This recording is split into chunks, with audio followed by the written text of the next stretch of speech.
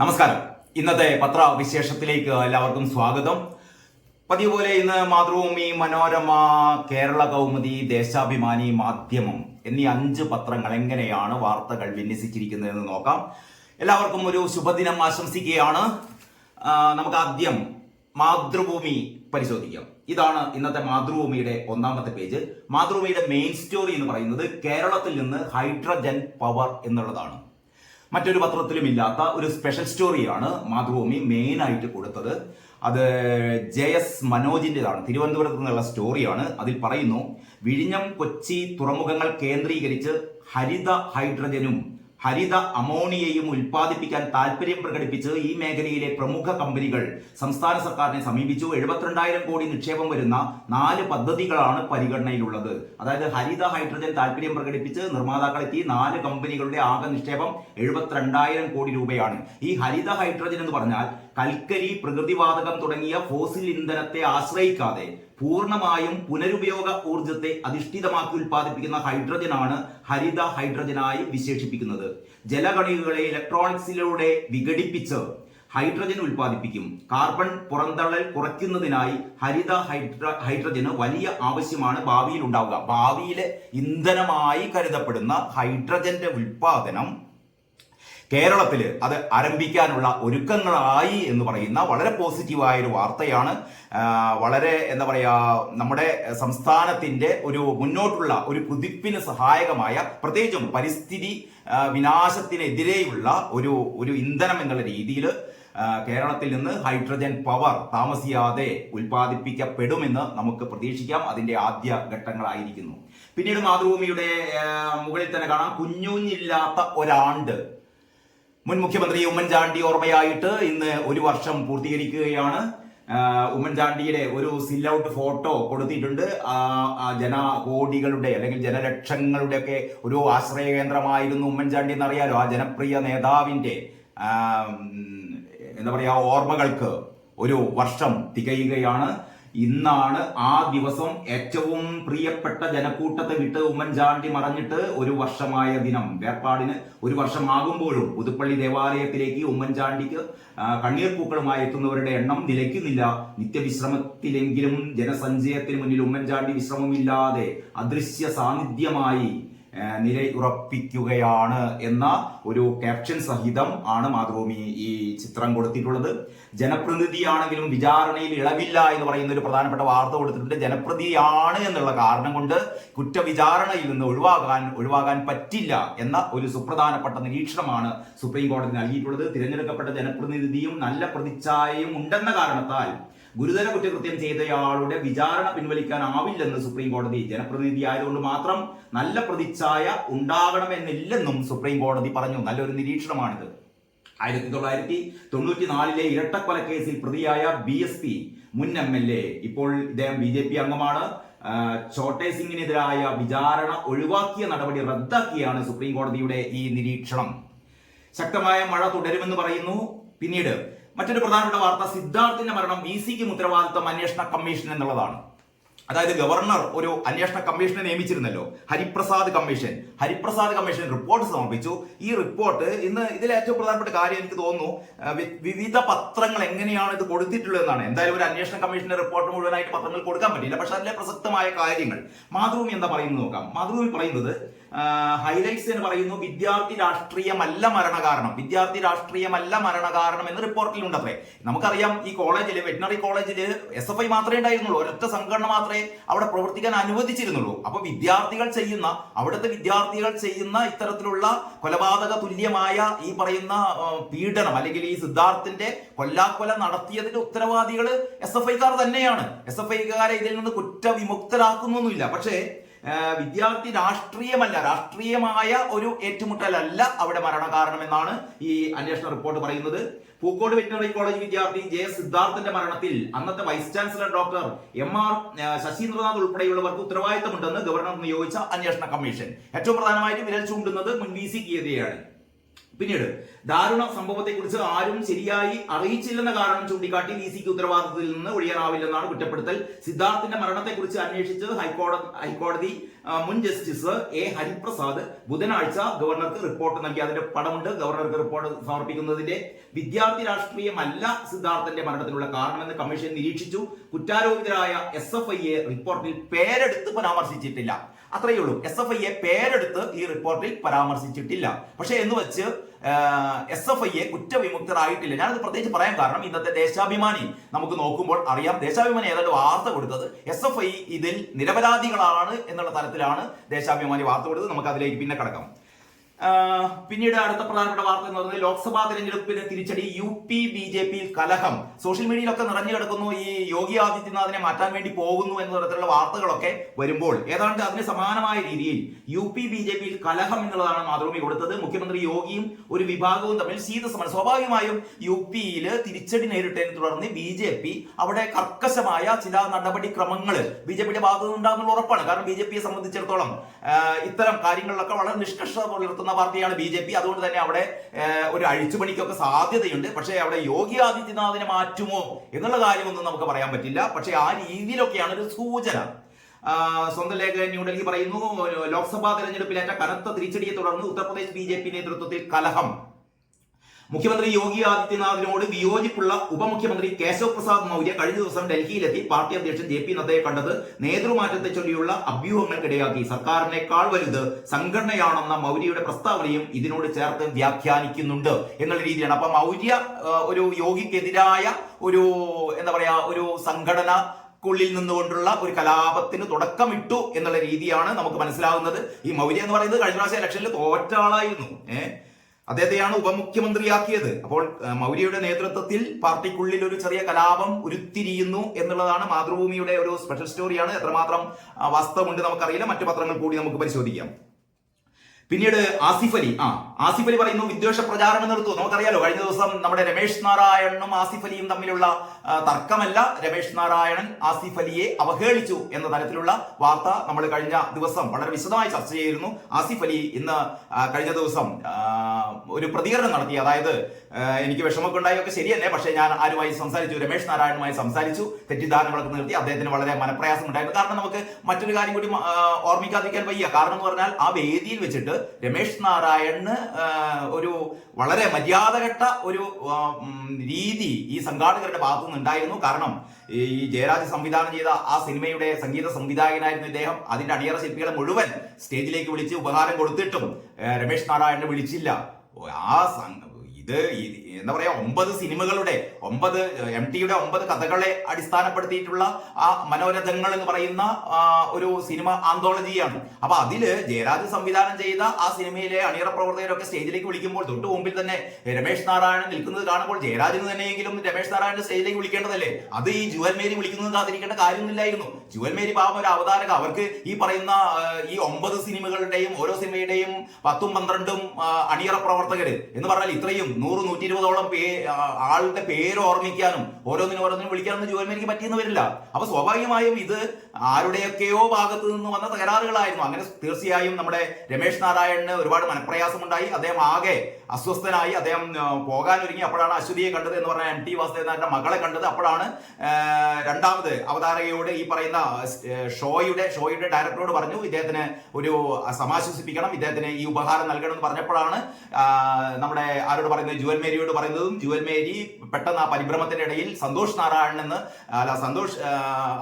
രമേശ് നാരായണൻ എന്നുള്ളതിന് പകരം സന്തോഷ് നാരായണൻ എന്ന് അഭിസംബോധന ചെയ്ത് പെട്ടെന്ന് തന്നെ തിരുത്തുകയും ചെയ്തു. ഇതുകൊണ്ടൊക്കെ തന്നെ ആകെ അസ്വസ്ഥനായിരുന്നു രമേശ് നാരായണൻ. അപ്പോഴാണ് ഈ ആസിഫ് അലിയെ ഈ ഉപഹാരം കൊടുക്കാൻ വേണ്ടി ക്ഷണിക്കുന്നത്. ആസിഫ് അലി ഉപഹാരം കൊടുത്തപ്പോൾ അദ്ദേഹം അത് തീർത്തും ആസിഫ് അലിയെ അവഹേളിച്ചു. അദ്ദേഹത്തിന് നേരെ മുഖം കൊടുത്തില്ല, അദ്ദേഹത്തിന് ഷെയ്ക്കൻഡ് കൊടുത്തില്ല, അദ്ദേഹത്തിന് പുറത്തൊന്നും തട്ടിയില്ല, ഒന്ന് ചിരിച്ചത് പോലുമില്ല. അപ്പൊ തീർച്ചയായും ഇത് രമേശ് നാരായണന്റെ ഭാഗത്ത് നിന്ന് വലിയ വലിയ ഒരു അപാകത തന്നെയാണ്. അല്ലെങ്കിൽ ഇദ്ദേഹം ഒരിക്കലും ചെയ്യാൻ പറ്റാത്ത കാര്യമാണ്. പക്ഷേ മനുഷ്യരാണ്, തെറ്റുപറ്റാം.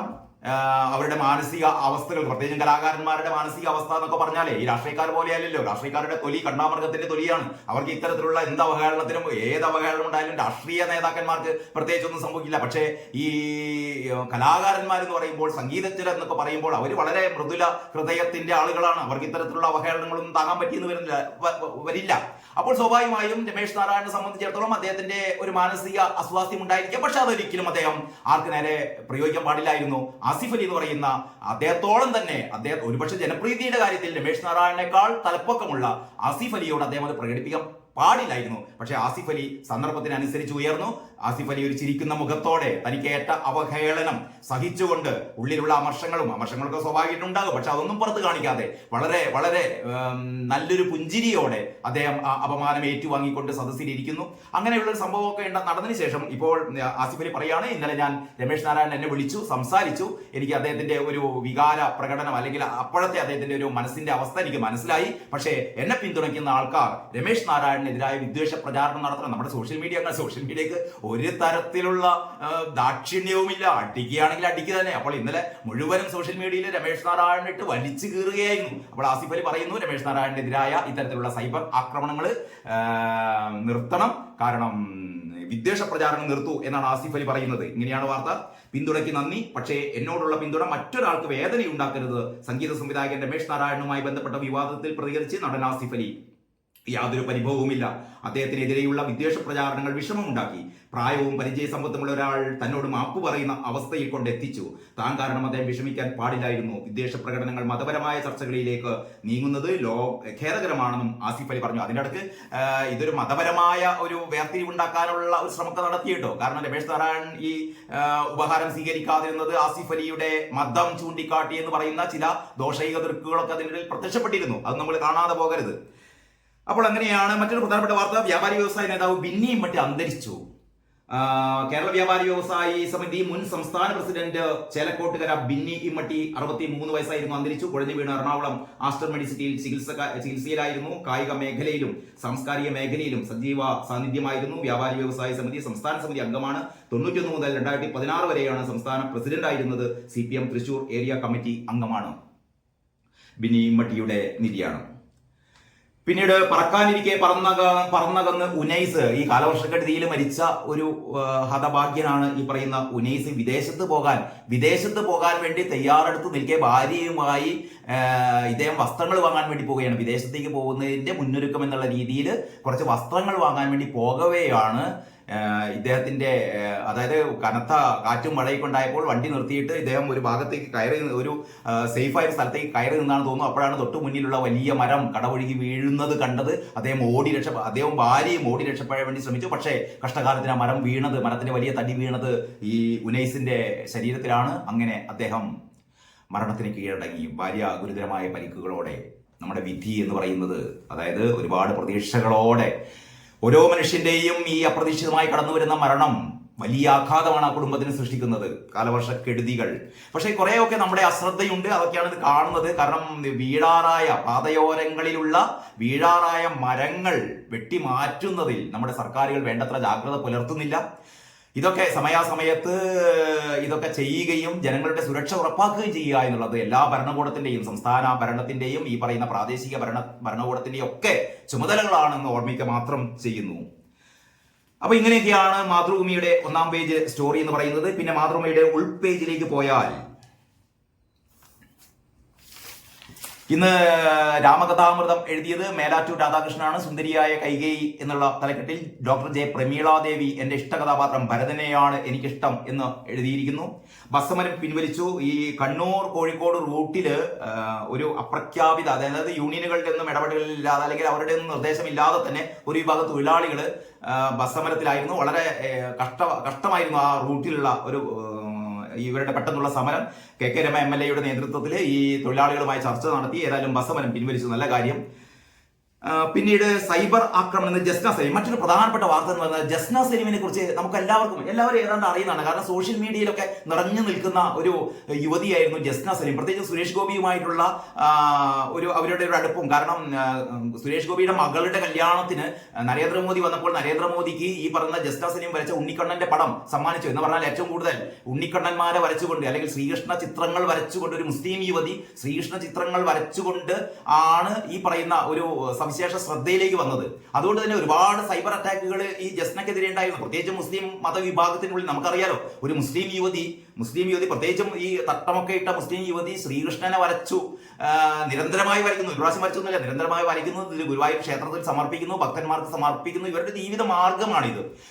സുരേഷ് ഗോപി ഇവർക്ക് ഒരുപാട് ധാർമ്മികമായ മാനസികമായ പിന്തുണ നൽകിയിരുന്നു. പ്രത്യേകിച്ച് നരേന്ദ്രമോദിയെ ഇവർക്ക് പരിചയപ്പെടുത്തി കൊടുത്തതും നരേന്ദ്രമോദി ഈ എക്സിൽ ഈ പറയുന്ന ജസ്നയുടെ പേര് പരാമർശിച്ചതുകൊണ്ട് തന്നെ ഈ ചിത്രം ചിത്രം ലഭിച്ച അതിന്റെ സന്തോഷം പങ്കുവച്ചിരുന്നു. അങ്ങനെ വളരെ പോസിറ്റീവായ അല്ലെങ്കിൽ ഒരു മുസ്ലിം സമുദായത്തിൽപ്പെട്ട ഒരു യുവതിക്ക് ശ്രീകൃഷ്ണനെ ആരാധിക്കാനും അല്ലെങ്കിൽ ശ്രീകൃഷ്ണ ചിത്രങ്ങൾ വരയ്ക്കാനും ഒക്കെയുള്ള സ്വാതന്ത്ര്യമൊക്കെ ഉണ്ട്. പക്ഷെ അത് നമ്മുടെ സമൂഹത്തിലെ ഒരു വിഭാഗം ആൾക്കാർ, പ്രത്യേകിച്ചും എന്താ പറയാ, ഈ ഇസ്ലാം മതം മാത്രമല്ല കേട്ടോ, അത് മറ്റു മതവിഭാഗങ്ങളിലെ ആൾക്കാർ കൂടി ജസ്ന എന്ന് പറയുന്നത്. കാരണം ഈ കമ്പാർട്ട്മെന്റലൈസ് ആയി തിരിക്കണം മനുഷ്യരെ. ഒരു മതത്തിൽപ്പെട്ട മറ്റൊരു മത കേന്ദ്രവുമായി ബന്ധം പുലർത്താൻ പാടില്ല എന്ന് പറയുന്ന വളരെ വളരെ വളരെ ഇടുങ്ങിയ ചിന്താഗതിക്കാരായ മനുഷ്യർ ഈ പറയുന്ന ജസ്ന സലീം. ഇപ്പൊ ജസ്ന സലീമിനെതിരെ ഏറ്റവും പുതുതായിട്ട് വന്നത് ഇവര് ഹണി ട്രാപ്പിൽ ആളുകളെ കൊടുക്കുന്ന ആൾക്കാരാണ്, ഒരു സ്ത്രീയാണ്. ഇവർക്കെതിരെ ഏറ്റവും പ്രധാനപ്പെട്ട ചില ഓൺലൈൻ മാധ്യമങ്ങൾ വരെ, ഏറ്റവും പ്രധാനപ്പെട്ട ഓൺലൈൻ മാധ്യമങ്ങളൊക്കെ ജസ്നക്കെതിരായ റിപ്പോർട്ടുകൾ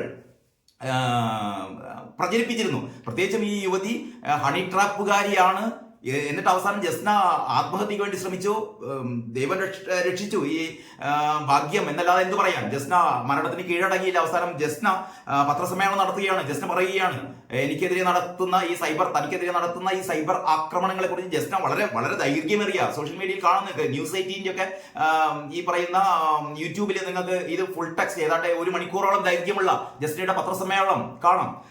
അതില് ഈ പത്രസമ്മേളനത്തിൽ സ്വാമി ഭദ്രാനന്ദ പങ്കെടുത്തിരുന്നു. ഭദ്രാനന്ദ നമ്മൾ തോക്ക് സ്വാമി എന്നൊക്കെ പണ്ട് വിളിച്ച് ആക്ഷേപിച്ചിരുന്ന ഭദ്രാനന്ദയായിരുന്നു. സ്വാമി ഭദ്രാനന്ദ ഇവർക്കൊപ്പം ഉണ്ടായിരുന്നു. ഇതിൽ പറയുന്നത് സൈബർ ആക്രമണം എന്ന് ജസ്ന സലീം ഹണി ട്രാപ്പിൽ കൊടുക്കുന്ന സ്ത്രീയായി ചിത്രീകരിച്ച് തനിക്കെതിരെ കടുത്ത സൈബർ ആക്രമണം നടക്കുന്നതായി ശ്രീകൃഷ്ണന്റെ ചിത്രം വരച്ചതിലൂടെ പ്രശസ്തയായ ജസ്ന സലീം. ഇസ്ലാം മതവിശ്വാസിയായ സ്ത്രീ ശ്രീകൃഷ്ണന്റെ ചിത്രം വരച്ചതിന്റെ പേരിൽ നാളുകളായി താൻ സാമൂഹിക മാധ്യമങ്ങളിൽ ആക്രമണം നേരിടുന്നുണ്ട്. ഇതിന് പുറമെയാണ് ഇപ്പോൾ ഹണി ട്രാപ്പിൽ കൊടുക്കുന്നവളായും ചിത്രീകരിച്ചിരിക്കുന്നതെന്ന് ജസ്ന പത്രസമ്മേളനത്തിൽ പറഞ്ഞു. ഇന്നലെ ജസ്ന പത്രസമ്മേളനത്തിൽ വിങ്ങിപ്പൊട്ടിക്കൊണ്ട് പറയുന്നു, ഞാൻ കുറെ ആൾക്കാർക്ക് കേസ് കൊടുത്തിട്ടുണ്ട്. ഒരു സ്ത്രീ എന്ന നിലയിൽ തനിക്ക് നേരെ വരുന്ന ആക്രമണങ്ങൾ, തനിക്ക് നേരെ വരുന്ന ഇത്തരത്തിൽപ്പെട്ട ഒരുപാട് പ്രകോപനപരമായ നീക്കങ്ങൾ, ഇതിനൊക്കെതിരെ ഞാൻ കേസ് കൊടുക്കേണ്ടി വരും. എനിക്ക് ഒരു സ്ത്രീ 10 കേസ് കൊടുത്തു അല്ലെ 12 കേസ് കൊടുത്തു എന്നുള്ളത് കൊണ്ട് ആ സ്ത്രീ അനാവശ്യമായ കേസുകൾ കൊടുക്കുന്ന ആളാണ്, ഹണി ട്രാപ്പിൽപ്പെടുത്തി ആണുങ്ങളെ അല്ലെങ്കിൽ പുരുഷന്മാരെ അപകടത്തിൽപ്പെടുത്തുന്ന സ്ത്രീയാണ് എന്ന് തുടങ്ങിയ നിരീക്ഷണങ്ങൾ, എന്ന് തുടങ്ങിയ തരത്തിലുള്ള വ്യാഖ്യാനങ്ങൾക്കൊന്നും ഒരു പ്രസക്തിയുമില്ല. അതുകൊണ്ട് ഈ പറയുന്ന സൈബർ ആക്രമണം ജസ്ന തുറന്നു പറയുകയാണ്. പിന്നെ പറയുന്നു, ഈ മാറാട് പോലീസിൽ താൻ കൊടുത്ത ഒരു കേസിൽ പ്രതിയെ കോടതി വെറുതെ വിട്ടിരുന്നു. ഈ ഉത്തരവ് പങ്കുവെച്ചാണ് ആരോപണം എന്ന് ജസ്റ്റ് പറഞ്ഞു. ഒരു പ്രതിയെ കോടതി വെറുതെ വിടുന്നു. പ്രതിയെ വെറുതെ വിടുന്നത് പ്രതി കുറ്റം ചെയ്തിട്ടില്ല എന്നുള്ളത് മാത്രമല്ല, കൃത്യമായ തെളിവില്ലാത്തത് കൊണ്ടാണ്. ജസ്ന പറയുന്നു, തനിക്കെതിരെ ഈ ആക്രമണം നടത്തിയ ഒരു പ്രതിയെ കോടതി വെറുതെ വിട്ടു. ഇതിന്റെ പേരിൽ ജസ്നക്കെതിരെ ആരോപണങ്ങൾ, ജസ്ന ഒരു നിരപരാധിയായ ഒരാളെ കേസിൽ കൊടുക്കുന്നു എന്ന് തുടങ്ങിയ ആരോപണങ്ങളാണ് ഈ പാവം സ്ത്രീക്കെതിരെ ഉന്നയിച്ചത്. നമുക്ക് ജസ്നയുമായി ഐക്യപ്പെടുക എന്നുള്ളത് മാത്രമാണ് ഈ അവസരത്തിൽ നമുക്ക് ചെയ്യാനുള്ളത്. ഈ യുവതിക്ക് നേരെ ജസ്നയ്ക്ക് എന്നല്ല, ഒരു യുവതിക്ക് നേരെയും ഇത്തരത്തിലുള്ള സൈബർ ആക്രമണങ്ങൾ ഒരു തെളിവുമില്ലാതെ ഇങ്ങനെ നടത്താൻ പാടില്ല. പ്രത്യേകിച്ച് ജസ്ന എന്ന് പറയുന്ന സ്ത്രീ, അവരുടെ ഒരു പോരാട്ട വീര്യമാണ് കേട്ടോ. കാരണം ഇത്തരത്തിൽപ്പെട്ട സ്ത്രീകൾ വളരെ കുറവാണ് നമ്മുടെ സമൂഹത്തിൽ. കാരണം നമുക്കറിയാലോ, മുസ്ലിം മതത്തിൽ, ഇസ്ലാം മതത്തിൽ നിന്നൊക്കെ ഒരു സ്ത്രീ പുറത്തു പോകുമ്പോൾ അല്ലെങ്കിൽ ആ ചിട്ടകൾ തെറ്റിപ്പിക്കുമ്പോൾ ഉണ്ടാകുന്ന ആക്രമണങ്ങൾ ഈ ജസ്ന തന്നെ പറയുന്നുണ്ട്. മകൻ ഈ മദ്രസയിൽ പോകുമ്പോൾ ഓരോ ദിവസവും ഉസ്താദിന്റെ വക അടിയാണത്രേ. ഓരോ ദിവസവും അടി. ഇല്ലാത്ത കാരണങ്ങൾ പറഞ്ഞ് ഈ കുട്ടിയെ എന്ന് പറഞ്ഞാൽ കുട്ടിയെ പീഡിപ്പിക്കുക, എന്നിട്ട് പറഞ്ഞു അമ്മയെ വിളിച്ചുകൊണ്ട് വരാൻ. ജസ്ന ചുരിദാറിട്ട് ചെന്നപ്പോൾ ഈ ഉസ്താദ് പറയുകയാണത്രേ ചുരിദാറിട്ട് കൊണ്ടുവരാൻ പാടില്ല. മറ്റു സ്ത്രീകളൊക്കെ എന്ന് പറഞ്ഞാൽ മറ്റു കുട്ടികളുടെ രക്ഷിതാക്കളായ സ്ത്രീകളൊക്കെ മദ്രസയിലേക്ക് ചുരിദാറിട്ട് വരാറുണ്ട്. പക്ഷേ ജസ്നയോട് പറയുന്നു പർദ്ദയിട്ട് മാത്രമേ വരാൻ പാടുള്ളൂ എന്ന് പറഞ്ഞാൽ ജസ്നയുടെ നേർക്കുള്ള ഇത്തരത്തിലുള്ള വിദ്വേഷപരമായ നിലപാടുകൾ ഒരു വിഭാഗം എടുത്തിരിക്കുന്നു. ഇതിനനുസരിച്ച് സോഷ്യൽ മീഡിയ ഇവർക്കെതിരെ ഒരുപാട് ആക്രമണങ്ങൾ നടത്തിയിരിക്കുന്നു. ഏതായാലും ജീവൻ രക്ഷപ്പെട്ടു നമ്മുടെ ജസ്നയുടെ. ഏതായാലും ജസ്ന വീണ്ടും വീണ്ടും ശ്രീകൃഷ്ണ ചിത്രങ്ങൾ വരയ്ക്കട്ടെ. ജസ്നയുടേതായ സ്വാതന്ത്ര്യത്തിന്റെ ചിറകുകൾ അവൾ വിടർത്തട്ടെ. ഇത്തരത്തിലുള്ള സൈബർ ആക്രമണങ്ങൾ ഇനിയെങ്കിലും നടത്താതിരിക്കണമെന്ന് മാത്രമാണ് പറയാനുള്ളത്. ജസ്നയുടെ ഒരു ഇന്റർവ്യൂ നമുക്ക് താമസിയാതെ തന്നെ നമുക്ക് ഈ ചാനലിലൂടെ തന്നെ നിങ്ങൾക്ക് കാണാനാവും എന്ന് മാത്രം പറയുന്നു. പിന്നീട്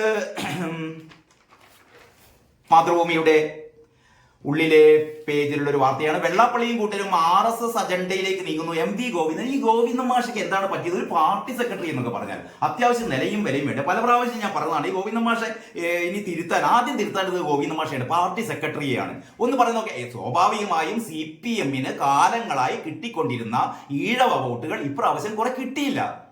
ഒരുപാട് ഘടകങ്ങളുണ്ട്. നമുക്കറിയാം വെള്ളാപ്പള്ളിയുടെ മകൻ തുഷാർ വെള്ളാപ്പള്ളി നേതൃത്വം നൽകുന്ന BDJS എന്ന് പറയുന്ന രാഷ്ട്രീയ പാർട്ടി തീർച്ചയായും അത് SNDP പ്രസ്ഥാനവുമായി ബന്ധപ്പെട്ട രാഷ്ട്രീയ പാർട്ടി തന്നെയാണ് BDJS. അതിന് വെള്ളാപ്പള്ളി നടേശൻ യോഗത്തിന്റെ ജനറൽ സെക്രട്ടറിയായി മാറി നിൽക്കുന്നു, സമുദായ നേതാവായി. അതേ സമയത്ത് വെള്ളാപ്പള്ളിയുടെ മകൻ തുഷാർ വെള്ളാപ്പള്ളി നേതൃത്വം നൽകുന്ന BDJS എന്ന് പറയുന്നത് ഈഴവ കമ്മ്യൂണിറ്റിയിൽപ്പെട്ട അല്ലെങ്കിൽ ഈഴവരുടെ ഒരു രാഷ്ട്രീയ സംഘടനയാണ് BDJS. BDJS എന്ന് പറയുന്നത് NDAയുടെ കൂടെയാണ്, BJPക്കൊപ്പമാണ്. അപ്പോൾ സ്വാഭാവികമായും BJP സ്ഥാനാർത്ഥികൾക്ക് ഈ പറയുന്ന BDJS-ൽ ഈഴവർ വോട്ട് ചെയ്യും. അതിന് ഈ പറയുന്ന ഗോവിന്ദ മാഷ് നെഞ്ചത്തടിച്ച് നിലവിളിച്ചിട്ട് എന്ത് കാര്യം? കുറെ കാലമായി ഇത് തുടങ്ങിയിട്ട് ഈഴവര് വെള്ളാപ്പള്ളി പറഞ്ഞത് ശരിയാണ്. ഈഴവരുടെ നെഞ്ചത്തേക്ക് ഇങ്ങനെ കയറിക്കൊണ്ടിരിക്കുക. സ്വന്തം വോട്ട് എങ്ങനെയാണ് നഷ്ടപ്പെട്ടത്? കാലങ്ങളായി ഈഴവര് CPM-ന് വോട്ട് ചെയ്തിരുന്നു. അവസാനം ഈ CPM എന്താ ചെയ്തത്? അവരെ വിറക് വെട്ടികളും വെള്ളം കോരികളും ആക്കി മാറ്റി ഞങ്ങൾക്ക് കാലാകാലം ഇവരിൽ നിന്ന് വോട്ട് വേണം, പക്ഷെ ഇവർക്ക് വേണ്ടിയിട്ട് ഒന്നും ചെയ്യില്ല. അതിന് പകരം ചെയ്യുക മുഴുവൻ ആർക്കാണ്? ഈ പ്രീണനം നടത്തുന്നു, ന്യൂനപക്ഷ പ്രീണനം നടത്തി. ന്യൂനപക്ഷം എന്ന് പറഞ്ഞാൽ പ്രത്യേകിച്ചും മുസ്ലിം പ്രീണനം നടത്തി മുസ്ലിങ്ങൾക്ക് അനർഹമായ കാര്യങ്ങൾ ചെയ്തു കൊടുത്ത് അവരുടെ ഇല്ലാത്ത പ്രശ്നങ്ങളൊക്കെ ഉണ്ടാക്കി. ഇപ്പൊ നമുക്കറിയാം ഗാസയിലും അല്ലെങ്കിൽ പലസ്തീനിലും ഒന്നും ഇവിടുത്തെ മുസ്ലിങ്ങൾക്കുമായിട്ട് ബന്ധമൊന്നുമില്ല. അതേപോലെ തന്നെ ഈ പൗരത്വ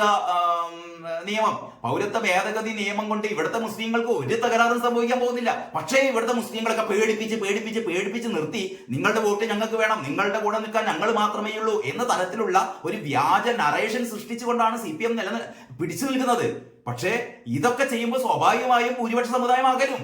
കാരണം അനാവശ്യമായി മുസ്ലിം പ്രീണനം നടത്തുമ്പോൾ കൂടെ ഇതുവരെ ഉണ്ടായിരുന്ന ഈ പറയുന്ന ഈഴവര് ഇനിയും ഈ CPM-ന്റെ കൂടെ നിന്നിട്ട് നമുക്കിങ്ങനെ അപഹാസ്യരാകാൻ പറ്റില്ല.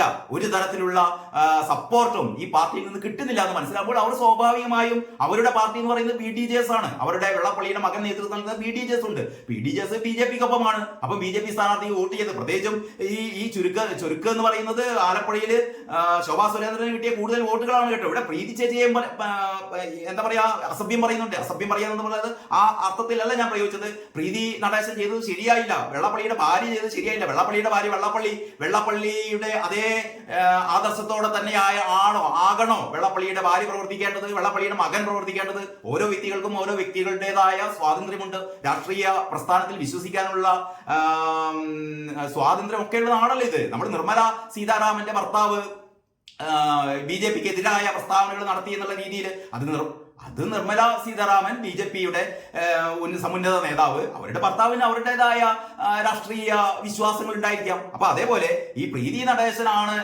CPM-ന്റെ വോട്ട് കുറച്ചത്. പ്രീതി നടേശൻ സ്വാഭാവികമായും ഈ നമ്മുടെ ശോഭാ സുരേന്ദ്രന് വേണ്ടി വോട്ട് ചോദിക്കാൻ വേണ്ടി പോയിരുന്നു. സ്വാഭാവികമാണ്, അവരുടേതായ വിശ്വാസമാണ് ശരി. അപ്പോൾ ഇതില് ഗോവിന്ദ മാഷ് എന്നിട്ട് പറയുന്നത് എന്താണെന്നറിയോ? വെള്ളാപ്പള്ളിയും കൂട്ടരും RSS അജണ്ടയിലേക്ക് നീങ്ങുന്നു. വെള്ളാപ്പള്ളിയും കൂട്ടരും RSS അജണ്ടയിലേക്ക് നീങ്ങിക്കോട്ടെ. അതിന് ഗോവിന്ദ മാഷിക്ക് എന്തിനാണ് അത്ര വേവലാതി? ഗോവിന്ദ മാഷ് ചെയ്യേണ്ടത് ഗോവിന്ദ മാഷിന്റെ പാർട്ടി നന്നാക്കട്ടെ, ഗോവിന്ദ മാഷിന്റെ പാർട്ടിയിലെ തെറ്റുകൾ നടത്തട്ടെ. അതിനാവില്ല. അതിനു പകരം മറ്റുള്ള പാർട്ടികൾക്ക് നേരെ, മറ്റുള്ള സമുദായങ്ങൾക്ക് നേരെ കുതിര കയറുക. മറ്റുള്ള സമുദായം എന്ന് പറയുന്നത് മുസ്ലിം സമുദായത്തിനൊന്നും തൊടില്ല കേട്ടോ. മുസ്ലിം സമുദായത്തിനൊന്നും തൊടുന്ന പ്രശ്നമില്ല. പക്ഷേ ഈഴവ സമുദായത്തെ എന്തും പറയാം, വെള്ളാപ്പള്ളിയെ എന്തും പറയാം, പ്രീതി നടേശനെ എന്തും പറയാം, തുഷാർ വെള്ളാപ്പള്ളിയെ എന്തും പറയാം. കാരണം ഈ പറയുന്ന ഈഴവരൊക്കെ മഹാമണ്ഡന്മാരാണ്. എന്തൊക്കെ പറഞ്ഞു കഴിഞ്ഞാലും വോട്ട് ഞങ്ങൾക്ക് കിട്ടും എന്ന് പറയുന്ന ഒരു തെറ്റായ ഒരു ധാരണ തിരുത്തി കൊടുത്തു ഇപ്രാവശ്യം. അതിന്റെ ഒരു ഷോക്കിലാണ് ഗോവിന്ദ മാഷിന്റെ പാർട്ടിയും.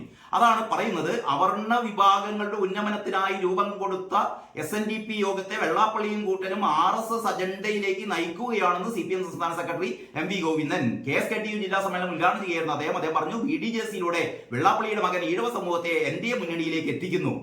ഇതെന്തൊരു പ്രസ്താവനയാണ്? BDJC-യിലൂടെ പിന്നെ ഈ തുഷാർ വെള്ളാപ്പള്ളി നിങ്ങളുടെ CPM-ന് വേണ്ടിയിട്ടാണ് പ്രവർത്തിക്കേണ്ടത്?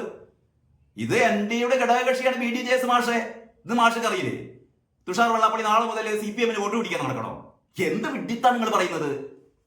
BDJC-യുടെ വെള്ളാപ്പള്ളിയുടെ മകൻ ഈഴവ സമൂഹത്തെ NDA മുന്നണിയിലേക്ക് എത്തിക്കുന്നു.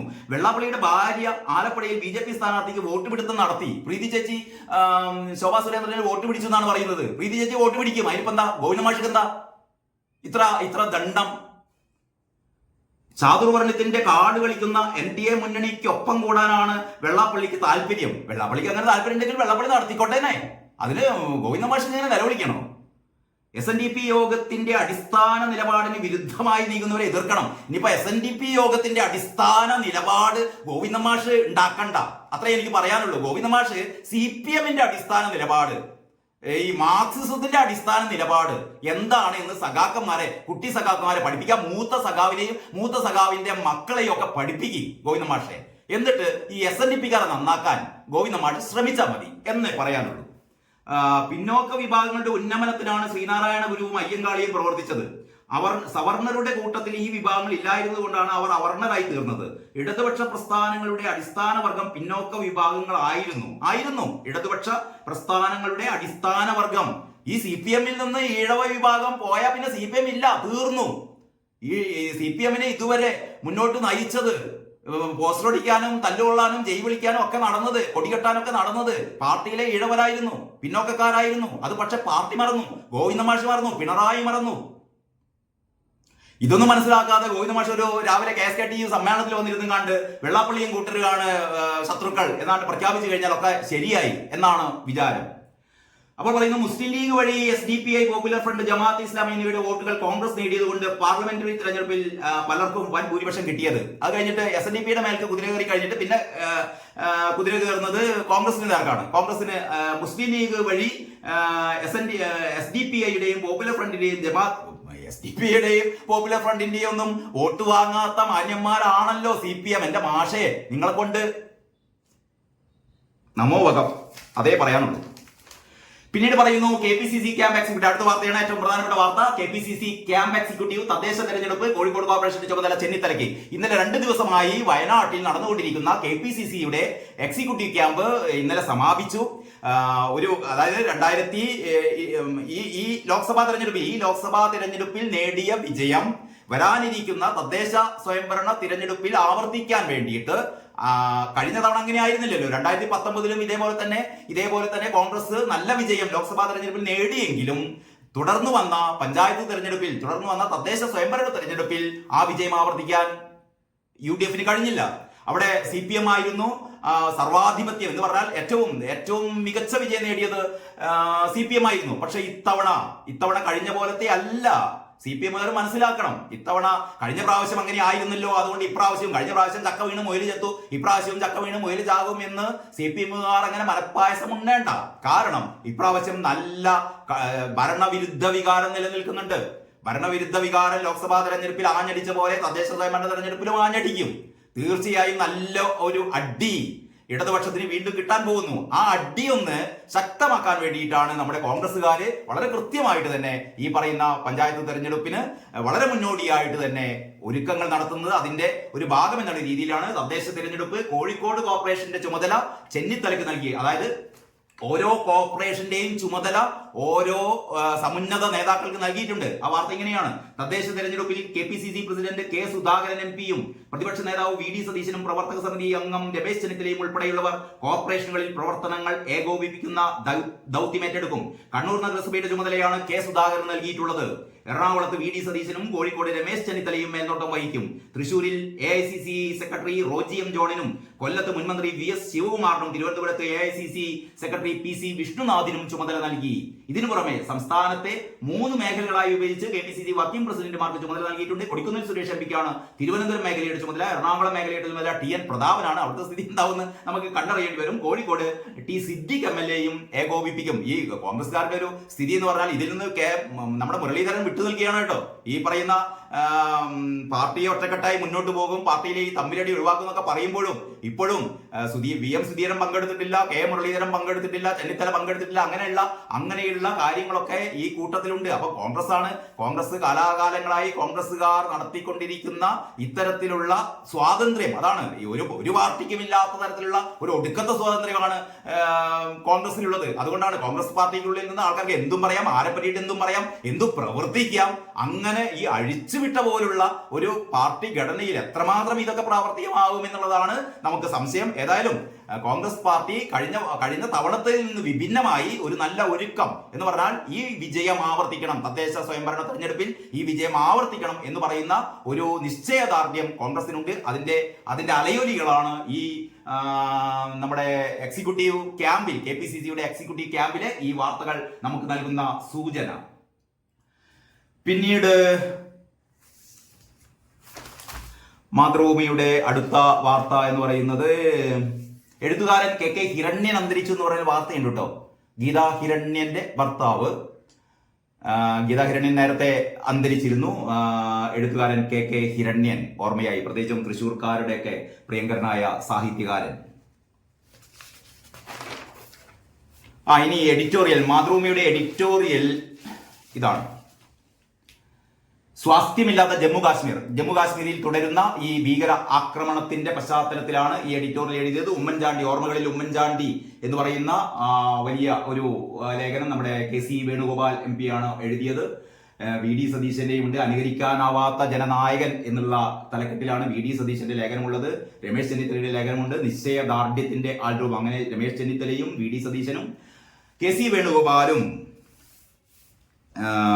ഉമ്മൻചാണ്ടിയുടെ ഓർമ്മകൾ പങ്കിടുകയാണ്. സ്നേഹം മഴയായി പെയ്യുമ്പോൾ എന്ന് രശ്മി രഘുനാഥിന്റെ ഒരു ആർട്ടിക്കിൾ കൂടി താഴെയുണ്ട്. മെഴുകു പ്രതിമ കണ്ട് വിതുമ്പി മറിയാമ്മ ഉമ്മൻ. ഈ തിരുവനന്തപുരത്ത് ഒരു വാക്സ് മ്യൂസിയം ഉണ്ട്. എത്ര പേർ നിങ്ങൾ കണ്ടിട്ടുണ്ടെന്ന് അറിയില്ല, കാണാത്തവരൊക്കെ പോയി കാണണം കേട്ടോ. തിരുവനന്തപുരത്ത് വാക്സ് മ്യൂസിയം, സുനിൽ കണ്ടല്ലൂർ എന്ന് പറയുന്ന മെഴുക് പ്രതിമാ നിർമ്മാണ വിദഗ്ധന്റെ, അവിടെ അനിൽകുമാർ എന്ന് പറയുന്നതാണ് ആ മ്യൂസിയത്തിന്റെ ഡയറക്ടർ. അദ്ദേഹം വളരെ നല്ല എൻ്റെ ഒരു ആത്മാർത്ഥമായ സുഹൃത്താണ്. അപ്പോൾ അനിൽകുമാറിന്റെ നേതൃത്വത്തിൽ അവിടെ നടക്കുന്ന ഈ പറയുന്ന പുതിയ ഓരോ പീരീഡിലും പുതിയ മെഴുക് പ്രതിമകൾ വാക്സ് മ്യൂസിയത്തിൽ ഉണ്ടാവാറുണ്ട്. ഏറ്റവും പുതിയ മെഴുക് പ്രതിമയാണ് നമ്മുടെ ഉമ്മൻചാണ്ടിയുടേത്. ഉമ്മൻചാണ്ടിയുടെ മെഴുക് പ്രതിമ അനാവരണ ചടങ്ങിൽ മറിയാമ്മ ഉമ്മനും ഉമ്മൻചാണ്ടിയുടെ മക്കളുമൊക്കെ ഉള്ള ഒരു പടം കൊടുത്തിട്ടുണ്ട്. മെഴുകു പ്രതിമ കണ്ട് വിതുമ്പി മറിയാമ്മ ഉമ്മൻ. ചീകാത്ത മുടിയുമായി പേനയും പുസ്തകവും കയ്യിൽ പിടിച്ച് സൗമ്യമായ ചിരിയോടെ നിൽക്കുന്ന കുഞ്ഞുകുഞ്ഞിനെ കണ്ട് വിതുമ്പിക്കരഞ്ഞ മറിയാമ്മ ഉമ്മൻ. സുനിൽസ് വാക്സ് മ്യൂസിയത്തിൽ, അതാണ് ആ മ്യൂസിയത്തിന്റെ പേര്, Sunil's wax museum. Sunil wax മ്യൂസിയത്തിൽ മുൻ മുഖ്യമന്ത്രി ഉമ്മൻചാണ്ടിയുടെ മെഴുകു പ്രതിമ അനാച്ഛാദനം ചെയ്യാനെത്തിയതായിരുന്നു അവർ. ഉമ്മൻചാണ്ടിയുടെ മക്കളായ ചാണ്ടി ഉമ്മൻ MLA, ഡോക്ടർ മറിയ ഉമ്മൻ എന്നിവരും പ്രതിമ കണ്ട് വികാരാധീനരായി. ഉമ്മൻചാണ്ടിയുടെ 1ാം ചരമവാർഷികത്തോടനുബന്ധിച്ച് ശില്പിയായ സുനിൽ കണ്ടല്ലൂരാണ് മെഴുകു പ്രതിമ നിർമ്മിച്ചത്. 50 കിലോഗ്രാം മെഴുകു ഉപയോഗിച്ച് 6 മാസം കൊണ്ടാണ് നിർമ്മാണം പൂർത്തിയാക്കിയത് തുടങ്ങിയ വിശേഷങ്ങൾ അതിലുണ്ട്. പിന്നീട് UPയിലെ BJP പ്രതിസന്ധി, ഒളിയമ്പുമായി സഖ്യകക്ഷികൾ എന്ന് പറയുന്ന ഒരു വാർത്ത. സിദ്ധാർത്ഥിന്റെ മരണം ഹോസ്റ്റൽ ഭരിച്ചത് സീനിയേഴ്സ്. ആ വാർത്ത 1ാം പേജിൽ കൊടുത്ത വാർത്തയുടെ ബാക്കി എന്നുള്ള രീതിയിൽ ഉൾപേജിലുണ്ട്. പൂക്കോട് വെറ്റിനറി കോളേജ് വിദ്യാർത്ഥി സിദ്ധാർത്ഥൻ റാഗിങ്ങിനിരയെ മരിച്ച ഹോസ്റ്റൽ ഭരിച്ചിരുന്നത് സീനിയർ വിദ്യാർത്ഥികളായിരുന്നു എന്ന് അന്വേഷണ കമ്മീഷൻ റിപ്പോർട്ട്. വാർഡനായ ഡീനും അസിസ്റ്റന്റ് വാർഡനും അച്ചടക്കം ഉറപ്പാക്കുന്നതിൽ പരാജയപ്പെട്ടുവെന്നും ഈ ഹോസ്റ്റലിൽ അച്ചടക്കം ഉറപ്പാക്കുന്നതിൽ പരാജയപ്പെട്ടുവെന്നും റിപ്പോർട്ട് കുറ്റപ്പെടുത്തി. രാത്രിയിൽ സിദ്ധാർത്ഥൻ ആക്രമിക്കപ്പെട്ടത് വിദ്യാർത്ഥികൾ അസിസ്റ്റന്റ് വാർഡനെ അറിയിച്ചിരുന്നു. അത് അന്വേഷിക്കാനോ സിദ്ധാർത്ഥനെ ആശുപത്രിയിൽ എത്തിക്കാനോ തയ്യാറായില്ല തുടങ്ങിയ വെളിപ്പെടുത്തലുകളാണ് ഈ പേജിലുള്ളത്. സിദ്ധാർത്ഥന് വിദ്യാർത്ഥി സംഘടനയുമായി പ്രശ്നമുണ്ടായിരുന്നില്ല എന്ന് പറയുന്നു. സംഘടനയുമായി പ്രശ്നമുണ്ടായിരുന്നില്ല. അധ്യാപകർക്കും വിമർശനം.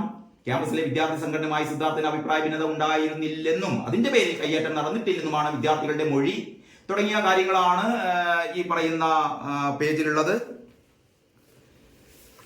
പിന്നീട് കാനകളിലെ ദുരന്തം ഒറ്റപ്പെട്ടതല്ല എന്ന് ശ്രീധർ രാധാകൃഷ്ണൻ എന്ന് പറയുന്നത് പ്രമുഖ പരിസ്ഥിതി പ്രവർത്തകനാണ്. അദ്ദേഹത്തിന്റെ ഒരു നിരീക്ഷണം കൂടി ഈ പേജിലുണ്ട്. പിന്നെ ഈ ജനങ്ങളിലേക്ക് ഇറങ്ങാൻ കോൺഗ്രസ് എന്ന് പറയുന്ന വാർത്ത ബന്ധം പുതുക്കും. KPCC എക്സിക്യൂട്ടീവ് ക്യാമ്പിനെ കുറിച്ചുള്ള മറ്റൊരു വാർത്തയാണ് ഇവിടെയുള്ളത്. ബന്ധം പുതുക്കും. അതിൽ പറയുന്നത് ഇത് കാരണം കോൺഗ്രസിന് സാധാരണ ജനങ്ങളുമായുള്ള ഇഴയടുപ്പം നഷ്ടപ്പെട്ടു. മണ്ഡലം തലത്തിൽ ഇടപെട്ട് പോരായ്മ അടിയന്തരമായി പരിഹരിക്കണമെന്ന് മാർഗരേഖ പുറത്തിറക്കിയിരിക്കുന്നു. അതായത് ജനങ്ങളുമായുള്ള ബന്ധം പാർട്ടി പുനഃസ്ഥാപിച്ചേ പറ്റൂ എന്ന് പറയുന്നു. ഇതോടുകൂടി തന്നെ ക്യാമ്പ് എക്സിക്യൂട്ടീവിൽ രൂക്ഷ വിമർശനവും ഉണ്ടായിട്ടോ. കോൺഗ്രസ് ആണ് രൂക്ഷ വിമർശനം ഉണ്ടായി. അങ്ങനെയാണ് തൃശൂർ തോൽവിക്ക് മുരളീധരനും ഉത്തരവാദി എന്ന് പ്രതാപം പറയുന്നു. തൃശൂർ തോൽവിക്ക് ഉത്തരവാദികൾ ആരാ എന്ന് നേരത്തെ നമ്മുടെ മുരളീധരൻ ഈ റിസൾട്ട് വരും മുമ്പ് തന്നെ മുരളീധരൻ സൂചന നൽകിയിരുന്നു, ഇവിടെ ഒരു അടി വരാൻ പോകുന്നു എന്നുള്ളത്. ഇപ്പൊ പ്രതാപം പറയുന്നത് എന്താന്ന് വെച്ചാൽ പാർട്ടിയെ കുറ്റം പറയണ്ട, സംഘടനാ ശേഷിയെ കുറ്റം പറയണ്ട, ഇത് സ്ഥാനാർത്ഥിക്കും ഉത്തരവാദിത്തമുണ്ട്. മുരളീധരന്റെ കയ്യിരിപ്പ് കൊണ്ടാണ് തോറ്റത് എന്ന് പ്രതാപം പറയുന്നു. ചുരുക്കി പറഞ്ഞാൽ കോൺഗ്രസിലെ പൊട്ടലും ചീറ്റലും അവസാനിക്കുന്നില്ല എന്ന ഒരു സന്ദേശമാണ് ഇതിൽ നിന്ന് നമുക്ക് കിട്ടുന്നത്. അന്തരിച്ച എഴുത്തുകാരൻ എഴുത്തുകാരൻ അഷ്ടമൂർത്തി അനുസ്മരിക്കുന്ന ഒരു ഭാഗമുണ്ട് ഈ പറയുന്ന ഉള്ളിലെ പേജില്. എന്തൊക്കെയോ ആയി തീരേണ്ട ഒരാൾ എന്നുള്ളതായിരുന്നു അതിന്റെ തലക്കെട്ട്. മറ്റൊന്ന് സ്വർണ്ണവില, പവൻ വില വീണ്ടും 55,000 രൂപയിൽ പവൻ വില എത്തി എന്ന് പറയുന്ന, സ്വർണത്തിന് വില കൂടിക്കൊണ്ടേയിരിക്കുകയാണ് എന്ന് പറയുന്ന ഒരു വാർത്തയും നിങ്ങൾക്ക് കാണാം. അപ്പൊ ഇത്രയൊക്കെയാണ് മാതൃഭൂമിയിലെ വിശേഷങ്ങൾ. നമുക്ക് മലയാള മനോരമ എടുക്കാം. മലയാള മനോരമയുടെ പ്രധാനപ്പെട്ട തലക്കെട്ട് എന്ന് പറയുന്നത് VC-യുടേത് വലിയ വീഴ്ച. പൂക്കോട്ട് അന്വേഷണ കമ്മീഷന്റെ റിപ്പോർട്ട്. സിദ്ധാർത്ഥന്റെ മരണം അന്വേഷണ കമ്മീഷൻ റിപ്പോർട്ട് സമർപ്പിച്ചു. വൈസ് ചാൻസലർക്കും ഡീനിനും ഉത്തരവാദിത്തത്തിൽ നിന്ന് ഒഴിയാനാകില്ല. SFIയുടെ പേരെടുത്ത് പറയാതെ കുറ്റപ്പെടുത്തൽ. അങ്ങനെയാണ് മനോരമ പറയുന്നത്. SFIയുടെ പേരെടുത്ത് പറഞ്ഞിട്ടില്ല എന്ന് മാത്രമേ ഉള്ളൂ. പക്ഷേ ഈ വിദ്യാർത്ഥി സംഘടനയെ പറ്റി നല്ല കുറ്റപ്പെടുത്തലുകൾ ഈ റിപ്പോർട്ടിലുണ്ട് എന്ന് പറയുന്നു. കോളേജിലെ ഒരു വിദ്യാർത്ഥി സംഘടന കുറ്റക്കാരായ വിദ്യാർത്ഥികളെ സംരക്ഷിച്ചുവെന്നും, കോളേജിലെ ഒരു വിദ്യാർത്ഥി സംഘടന, മനസ്സിലാക്കണം, ആ കോളേജിൽ ഒരു വിദ്യാർത്ഥി സംഘടനയേ ഉള്ളൂ, അത് SFI ആണ്. കോളേജിലെ ഒരു വിദ്യാർത്ഥി സംഘടന കുറ്റക്കാരായ വിദ്യാർത്ഥികളെ സംരക്ഷിച്ചുവെന്നും ഇതിന് ബാഹ്യശക്തികളുടെ ശക്തമായ പിന്തുണ ലഭിച്ചതെന്നും, ഇതിന് ബാഹ്യശക്തികളുടെ പിന്തുണയും ലഭിച്ചിരുന്നു. ബാഹ്യശക്തികൾ ആരാണെന്ന് അറിയാലോ, അവരുടെ പിന്തുണയും ലഭിച്ചിരുന്നു. SFIയുടെ പേരെടുത്ത് പറയാതെ റിപ്പോർട്ടിൽ കുറ്റപ്പെടുത്തുന്നു. കോളേജിലെ 2ാം വർഷ വിദ്യാർത്ഥി തിരുവനന്തപുരം നെടുമങ്ങാട് സ്വദേശി സിദ്ധാർത്ഥിനെ ഫെബ്രുവരി 18-നാണ് ഹോസ്റ്റലിലെ ശുചിമുറിയിൽ തൂങ്ങി മരിച്ച നിലയിൽ കണ്ടെത്തിയത്. ശരീരമാസകല മർദ്ദനമേറ്റ പാടുകൾ ഉണ്ടായിരുന്നു. SFIക്കാരുടെ നേതൃത്വത്തിലാണ് ആക്രമണം നടന്നത് എന്ന ആൾക്കൂട്ട വിചാരണ ചെയ്തതും മർദ്ദിച്ചതുമെന്നാണ് വയനാട് വൈത്തിരി പോലീസിന്റെ FIR. ആ FIR-നെ ശരിവെച്ചത് തന്നെയാണ് ഈ പറയുന്ന ഗവർണറുടെ ഈ അന്വേഷണ കമ്മീഷൻ റിപ്പോർട്ടിലുമുള്ളത്. പക്ഷേ SFI എന്ന് പേരെടുത്ത് പറഞ്ഞിട്ടില്ല എന്ന് മാത്രമേയുള്ളൂ. മറ്റൊരു പ്രധാനപ്പെട്ട വാർത്ത വളരെ ചെറുതായിട്ടാണ് കൊടുത്തത്. കണ്ടെത്തി 6 പുതിയ ഗ്രഹങ്ങൾ കൂടി കണ്ടെത്തി എന്ന് പറയുന്ന പ്രധാനപ്പെട്ട വാർത്ത. സൗരയൂഥത്തിന് പുറത്ത് സ്ഥിതി ചെയ്യുന്ന 6 ഗ്രഹങ്ങളെ എക്സോ പ്ലാനറ്റ് എന്നാണ് അതിനെ വിശേഷിപ്പിക്കുന്നത്. നാസയുടെ ദൗത്യമായ ടെസ് കണ്ടെത്തി. ഇതോടെ സൗരയൂഥത്തിന് പുറത്ത് മനുഷ്യർക്ക് അറിയാവുന്ന ഗ്രഹങ്ങളുടെ എണ്ണം 5502 ഉയർന്നു. ഇപ്പോൾ കണ്ടെത്തിയ ഗ്രഹങ്ങളിൽ ഒരെണ്ണം വ്യാഴത്തെക്കാൾ വലിപ്പമുള്ളതും സൂര്യനേക്കാൾ 40 മടങ്ങ് വലിപ്പമുള്ള ഒരു നക്ഷത്രത്തെ ഭ്രമണം ചെയ്യുന്നതുമാണ്. നമ്മുടെ പ്രപഞ്ചത്തിന്റെ ആ വിസ്മയങ്ങളിലേക്ക് വീണ്ടും നമ്മൾ കടക്കുകയാണ്. ഒരു ഗ്രഹം പ്രോട്ടോ പ്ലാനറ്റ് ഗ്രഹത്തിൽപ്പെട്ടതാണ്. രൂപീകരണ പ്രക്രിയ പൂർത്തിയാകാത്ത ഗ്രഹങ്ങളാണ് പ്രോട്ടോ പ്ലാനറ്റുകൾ. ഗ്രഹങ്ങളുടെ ഉത്ഭവത്തെ കുറിച്ചുള്ള വിവരങ്ങൾ നൽകാൻ പുതുതായി കണ്ടെത്തിയ ഈ പ്രോട്ടോ പ്ലാനറ്റിനെ കഴിഞ്ഞേക്കും എന്ന് പറയുന്ന ഒരു വളരെ വളരെ സാധ്യതകളിൽ ഒരു ശാസ്ത്രീയ വാർത്തയാണിത്. പിന്നെ മന്ത്രി റിപ്പോർട്ട് തേടി പാലക്കാട് റെയിൽവേ ഡിവിഷൻ അപായമണി എന്ന് പറയുന്ന മറ്റൊരു വാർത്ത കൂടി കൊടുത്തിട്ടുണ്ട്. പക്ഷേ മലയാള മനോരമക്ക് ഇന്ന് 2 ഒന്നാം പേജുകളാണ്. ഉള്ളിൽ 3-ാം പേജും മറ്റൊരു 1-ാം പേജ് എന്നുള്ള രീതിയിൽ എനിക്കൊന്ന് യഥാർത്ഥത്തിലുള്ള 1-ാം പേജ് എന്നുള്ള ഒരു പ്രതീതി ഈ ഉള്ളിലെ 3-ാം പേജിനാണ് ഉണ്ടാക്കിയിരിക്കുന്നത്. ഇതില് ഒടുവിൽ നമ്മുടെ മീറ്ററും സ്മാർട്ട്, അതായത് സ്മാർട്ട് മീറ്ററുകൾ, KSEBയുടെ സ്മാർട്ട് മീറ്ററുകൾക്ക് നടപ്പാക്കുന്നതിലുണ്ടായ ചില അഭിപ്രായ ഭിന്നതകൾ, കേന്ദ്രവുമായുള്ള അഭിപ്രായ ഭിന്നതകൾ നീക്കി എന്നുള്ള വളരെ പോസിറ്റീവായ ഒരു വാർത്തയാണ്. ആദ്യഘട്ടത്തിൽ ട്രാൻസ്ഫോർമറുകൾക്കും സർക്കാർ ഓഫീസുകൾക്കും വ്യവസായ ഉപയോക്താക്കൾക്കും 2025-ൽ 37 ലക്ഷം സ്മാർട്ട് മീറ്ററുകൾ കിട്ടിക്കഴിഞ്ഞാൽ ഒരുപാട് സാധ്യതകളുണ്ട്. നമ്മുടെ വൈദ്യുതി ഉപയോഗം നമുക്ക് നിയന്ത്രിക്കാൻ പറ്റും, ഇതിനെ പരിധി നിർണ്ണയിക്കാൻ പറ്റും. ഒരുപാട് സാധ്യതകളുള്ള ഈ പറയുന്ന സ്മാർട്ട് മീറ്ററുകൾ താമസം കൂടാതെ നടപ്പാക്കുമെന്ന് നമുക്ക് പ്രതീക്ഷിക്കാം. AS ഉല്ലാസിന്റെ വാർത്തയാണ്. സംസ്ഥാനം തന്നെ കരാർ വിളിച്ച് പണം മുടക്കി മീറ്റർ സ്ഥാപിക്കുന്ന ക്യാപിറ്റൽ എക്സ്പെൻഡിച്ചർ മാതൃകയിൽ സ്മാർട്ട് മീറ്റർ പദ്ധതി നടപ്പാക്കാൻ കേരളത്തിന് കേന്ദ്രാനുമതി എന്നുള്ളതാണ് ആ സ്പെഷ്യൽ സ്റ്റോറി. നിധിക്ക് 3.5 പതിറ്റാണ്ടിലേറെ പഴക്കം എന്നുള്ളൊരു വാർത്ത കൂടിയുണ്ട്. നമ്മുടെ തളിപ്പറമ്പിൽ നിന്ന് കണ്ടെത്തിയ ഈ ശുചീകരണ തൊഴിലാളികളല്ല, നമ്മുടെ തൊഴിലുറപ്പ് സ്ത്രീകൾ കണ്ടെത്തിയ നിധിക്ക് 3.5 നൂറ്റാണ്ടിലേറെ പഴക്കമുണ്ട് എന്ന് പറയുന്ന ഒരു വാർത്ത കൂടിയുണ്ട്. ഉമ്മൻചാണ്ടിയുടെ മെഴുക് പ്രതിമയില് ഉമ്മൻചാണ്ടിയുടെ പത്നിയും മക്കളും അതിൻ്റെ അടുത്ത് നിൽക്കുന്ന കണ്ണീർ വാർക്കുന്ന പടം കൂടി മനോരമ കൊടുത്തിട്ടുണ്ട്. മനസ്സിലെന്നും ശില്പി സുനിൽ കണ്ടല്ലൂരിനെ ഇതിലെ ഫോട്ടോയിൽ കാണാനില്ല. സുനിൽ കണ്ടല്ലൂർ നിർമ്മിച്ച മുൻ മുഖ്യമന്ത്രി ഉമ്മൻചാണ്ടിയുടെ മെഴുകു പ്രതിമ അനാവരണം ചെയ്ത ശേഷം വികാരാധീനയാകുന്ന ഭാര്യ മറിയാമ്മ, മകൾ മറിയ, പേരക്കുട്ടിയുണ്ട്. തിരുവനന്തപുരം സുനിൽ വാക്സ് മ്യൂസിയത്തിൽ നിന്നുള്ള ദൃശ്യമാണ് ഇത് എന്ന് അടിക്കുറിപ്പിൽ പറയുന്നു. കുഞ്ചുക്കുറിപ്പ് പറയുന്നത്, തിരുത്താൻ തയ്യാറായാൽ ആരെയും പാർട്ടിയുടെ ഭാഗമാക്കുമെന്ന് നമ്മുടെ ഗോവിന്ദൻ മാഷ്. അതിന് കുഞ്ചുക്കുറിപ്പ് പറയുന്നത്, ഇപ്പോൾ പാർട്ടിയിലുള്ളവർ രക്ഷാപ്രവർത്തനം തുടരും, പാർട്ടിയിലുള്ള ആൾക്കാരൊക്കെ രക്ഷാപ്രവർത്തനം തുടരും, പുതിയ ഗുണ്ടകൾക്കും സ്വാഗതം. ഏതായാലും ഓരോ ദിവസവും പത്രവിശേഷം നടത്തുമ്പോൾ, പത്രത്തിലെ വാർത്തകൾ നടത്തുമ്പോൾ എന്തുകൊണ്ടാണ് CPM-നെതിരെ ഇങ്ങനെ അതിനിശ്ചിതമായ വിമർശനം ഉന്നയിക്കുന്നതെന്ന് ചില സുഹൃത്തുക്കൾ ചോദിക്കുന്നു. CPM-നെ മനഃപൂർവ്വം ആക്ഷേപിക്കുകയൊന്നുമല്ല, വാർത്തകളുടെ അടിസ്ഥാനത്തിൽ പറയുക മാത്രമേ ചെയ്യുന്നുള്ളൂ എന്ന് പ്രിയപ്പെട്ടവർ മനസ്സിലാക്കുമല്ലോ. ഇതാ CPM യോഗത്തിൽ സംഘർഷം. പ്രമോദ് കോട്ടൂളിക്കെതിരായ നടപടി ശരിയായില്ല എന്ന് പറഞ്ഞുകൊണ്ട് ഒരു വിഭാഗം പാർട്ടിക്കുള്ളിൽ കലാപം പൊട്ടിപ്പുറപ്പെടുന്നു. അതായത് സംഘർഷം എന്നുള്ള വാർത്ത ഉള്ളിലെ പേജിലുണ്ട്. പിന്നീട് അൻവറിന്റെ റിസോർട്ടിനെതിരായ പരാതി കലക്ടറുടെ ഉത്തരവിടാൻ എത്ര കാലമായി എന്നറിയോ? ഈ അൻവറിന്റെ ഈ തോന്നിയാസങ്ങള് കോടതി പറഞ്ഞിട്ടും ഇതിൽ പറയുന്നത്, green movement general secretary TB രാജന്റെ ഹർജിയിൽ 2 മാസത്തിനകം കക്ഷികളെ കേട്ട ശേഷം കലക്ടർ നടപടിയെടുക്കണമെന്നാണ് ഇക്കഴിഞ്ഞ മാർച്ച് 18 ഹൈക്കോടതി ഉത്തരവിട്ടത്. മാർച്ച് 18 കഴിഞ്ഞിട്ട് അത്രയായി. മാർച്ച് 18 കഴിഞ്ഞിട്ട് ഏപ്രിൽ, മെയ്, ജൂൺ, ജൂലൈ 18ആയി. 2 മാസത്തിനകം നടപടിയെടുക്കണം എന്ന് പറഞ്ഞിട്ട് 4 മാസമായിട്ടും അൻവറിന്റെ റിസോർട്ടിനെ തൊടാൻ കലക്ടർക്ക് പേടിയാണ്, ഉദ്യോഗസ്ഥർക്ക് പേടിയാണ്, പിണറായി വിജയന് പേടിയാണ്. കാരണം അൻവർ ഇക്ക ആണല്ലോ ഇവരുടെ ഒരു പാർട്ടിയുടെ ശക്തനായ സഖാവ്. ഇങ്ങനെയൊക്കെയാണ് പാർട്ടി മുന്നേറുന്നത്. അൻവർ ഇക്കയൊക്കെയാണ് പാർട്ടിയിലെ ഏറ്റവും വലിയ ആളുകൾ. ഇനി മനോരമയുടെ ഒരു ഫുൾ പേജ് ഉണ്ട് കേട്ടോ. ഉമ്മൻചാണ്ടിയുടെ ഓർമ്മകളുമായി ഒരു മുഴുവൻ പേജ്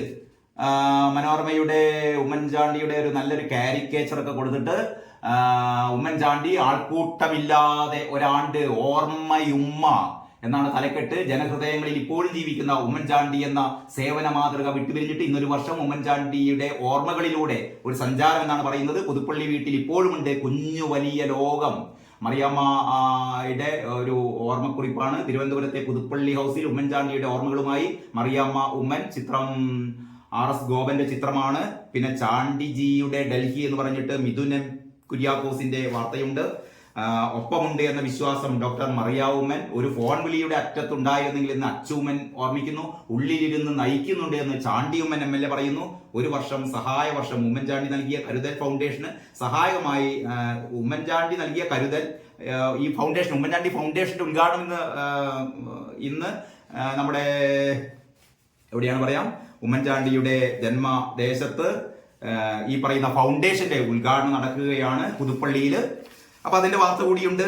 അരക്കോടിയുടെ സ്വർണവുമായി കോഴിക്കോട് സ്വദേശി പിടിയിൽ.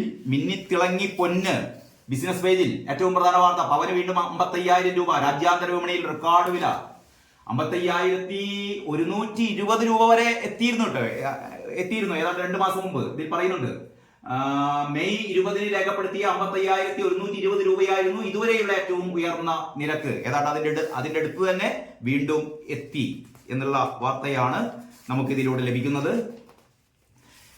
മനോരമയുടെ എഡിറ്റോറിയൽ എന്ന് പറയുന്നത് 42 മണിക്കൂറിന്റെ വില പാഠവും. ലിഫ്റ്റിനുള്ളിൽ കിടന്ന് 42 മണിക്കൂർ മരണവുമായി പൊരുതിയ ഒരു മനുഷ്യന്റെ അവസ്ഥ നമ്മൾ കഴിഞ്ഞ ദിവസമൊക്കെ ചർച്ച ചെയ്തിരുന്നു. അപ്പോൾ ഈ കെടുകാര്യസ്ഥത സർക്കാർ ആശുപത്രികളിലെ അതിനെക്കുറിച്ചാണ് പറയുന്നത്. അതിന്റെ ഏറ്റവും പുതിയൊരു വാർത്ത കൂടി വന്നിട്ടുണ്ട് കേട്ടോ. പാലക്കാട് ചിറ്റൂർ പ്രാഥമിക ആരോഗ്യ കേന്ദ്രത്തില് ഒരു അമ്മക്ക് പാമ്പ് കടിച്ചത്. പനിയായ മകളെ കൊണ്ടിട്ട് ആശുപത്രിയിൽ വന്ന ഒരു അമ്മക്ക് പാമ്പ് കടിയേറ്റു. ഒന്ന് ആലോചിച്ച് നോക്കണം. ഈ വീണ ജോർജ് ഇതിനെ പറ്റിയുള്ള ഒരു റിപ്പോർട്ട് തേടും. അതാണ് വീണ ജോർജിന്റെ സ്ഥിരം സ്റ്റൈലാണല്ലോ. എന്ത് വന്നു കഴിഞ്ഞാലും റിപ്പോർട്ട് തേടി അങ്ങനെ റിപ്പോർട്ട് തേടൽ നമ്മുടെ വീണ ജോർജ് അവിടെ നിൽക്കട്ടെ. അപ്പം നമ്മുടെ ഈ ആശുപത്രികളിൽ ഉണ്ടാകുന്ന ലിഫ്റ്റിന്റെ ആദ്യത്തെ ദിവസം 42 മണിക്കൂർ ലിഫ്റ്റിനുള്ളിൽ കുടുങ്ങി, രണ്ടാം ദിവസം ഡോക്ടറും നഴ്സുമാരും ലിഫ്റ്റിനുള്ളിൽ കുടുങ്ങി, ഇതാ മൂന്നാം ദിവസം പാമ്പ് കടിയേറ്റിരിക്കുന്നു. പ്രാഥമിക എന്ന് പറഞ്ഞാൽ ജീവൻ രക്ഷാ കേന്ദ്രത്തിൽ വെച്ച് മകളുടെ ജീവൻ രക്ഷിക്കാൻ വേണ്ടി എത്തിയ അമ്മക്ക് പാമ്പ് കടിയേറ്റു. ഏതായാലും ആ അമ്മ രക്ഷപ്പെട്ടു. കാരണം അത്ര വിഷമില്ലാത്തൊരു പാമ്പാണ് കടിച്ചത് എന്നാണ് ഈ റിപ്പോർട്ടിലുള്ളത്. അതിനെക്കുറിച്ച് കൂടി ഈ മുഖപ്രസംഗത്തിൽ പറയുന്നു. പിന്നീട് ഉള്ളിലെ പേജിൽ KPCC ക്യാമ്പിന്റെ വളരെ വളരെ വിശദമായ വാർത്തകളുണ്ട്. എനിക്ക് തോന്നുന്നു ഇന്ന് ഏറ്റവും സ്വാഭാവികമായി അങ്ങനെ ആയിരിക്കില്ല, മനോരമയാണ് ഏറ്റവും വിശദമായ വാർത്ത നൽകിയത്. ജീവകാരുണ്യത്തിന് കോൺഗ്രസ് ജീവകാരുണ്യ നടപടികൾ, ജീവകാരുണ്യ പ്രവർത്തനങ്ങൾക്ക് വേണ്ടിയിട്ട് കൂടി കോൺഗ്രസ് സന്നദ്ധത പ്രകടിപ്പിച്ചിരിക്കുന്നു. അത്തരത്തിൽപ്പെട്ട നടപടിക്രമങ്ങളായി തദ്ദേശ തെരഞ്ഞെടുപ്പ്, മുതിർന്ന നേതാക്കളുടെ ചുമതല. ഞാൻ നേരത്തെ മാതൃഭൂമിയുടെ അവലോകനം പറഞ്ഞപ്പോൾ ഇതിന്റെ ചുമതല കാര്യങ്ങളൊക്കെ പറഞ്ഞിരുന്നു.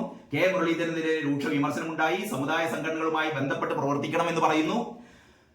തദ്ദേശ തെരഞ്ഞെടുപ്പിന് മുൻപേ ഫണ്ട് ശേഖരണം, അതിന് കൂടെ തന്നെ ഫണ്ട് ശേഖരണം ഒരു ഭാഗത്ത് നടക്കുന്നുണ്ട്. അതിലൊക്കെയുള്ള വിപുലമായ പ്രവർത്തന പദ്ധതികളാണ് ഈ KPCC എക്സിക്യൂട്ടീവ് നടത്തിയത്. വലതുഭാഗത്ത് പരിഭവമില്ല, വിദ്വേഷ പ്രചാരണം അരുത് എന്ന് പറയുന്ന ആസിഫ് അലിയുടെ വാർത്തയുണ്ട്. പുതിയ സ്റ്റന്റ് നിർമ്മിച്ച് ശ്രീചിത്ര ഇൻസ്റ്റിറ്റ്യൂട്ട് പുതിയ സ്റ്റന്റ് നിർമ്മിച്ച വാർത്ത. സ്വയരക്ഷ തേടി സ്കൂബ അംഗങ്ങളുടെ ഇൻഷുറൻസോ ഡ്രൈ സ്യൂട്ടോ ഇല്ല. ഈ സ്കൂബ പ്രവർത്തകരെ നമ്മുടെ മാലിന്യ തോട്ടിലിറങ്ങിയിട്ട് ആ മനുഷ്യന്റെ ജീവന് വേണ്ടിയിട്ട് ഈ മാലിന്യ ജലത്തിന് അടിയിലൂടെ നൂഴ്ന്നുപോയ സ്കൂബ പ്രവർത്തകരുണ്ട്. അവർ ആ സ്കൂബ ടീമിന് അവരുടെ ജീവിത ദുരവസ്ഥകളെ കുറിച്ചാണ് ഈ റിപ്പോർട്ട് കേട്ടോ. ആൽബിൻ രാജ് എഴുതിയതാണ്. ഇവർക്ക് ഇൻഷുറൻസ് ഇല്ല, ഡ്രൈ സ്യൂട്ട് ഇല്ല. അതായത് മറ്റു സംസ്ഥാനങ്ങളിലൊക്കെ ഇങ്ങനെ ഇറങ്ങുന്ന ആൾക്കാരുടെ ഈ സ്യൂട്ട് ഉള്ളിലേക്ക് വെള്ളം കിടക്കില്ല. പക്ഷേ ഇതല്ല, ഈ മലിനജലത്തിൽ മുങ്ങിക്കിടന്നിട്ടാണ് ഈ പാവം മനുഷ്യർ ഈ ജീവൻ രക്ഷാ പ്രവർത്തനം നടത്തുന്നത്. മറ്റൊരു പ്രധാനപ്പെട്ട വാർത്ത, മുഖ്യമന്ത്രിക്ക് കർക്കടക ആയുർവേദ ചികിത്സ. മുഖ്യമന്ത്രി പിണറായി വിജയൻ കർക്കടകത്തിൽ പതിവുള്ള ആയുർവേദ ചികിത്സയിൽ പ്രവേശിച്ചു. ക്ലിഫ് ഹൗസിൽ നിന്ന് തന്നെയാണ് ചികിത്സ. 2 ആഴ്ച നീളും. അതുവരെ രാവിലെ 11-ന് മുമ്പും വൈകിട്ട് 5-ന് ശേഷമുള്ള പരിപാടിയിൽ മാത്രമാകും മുഖ്യമന്ത്രി പങ്കെടുക്കുക.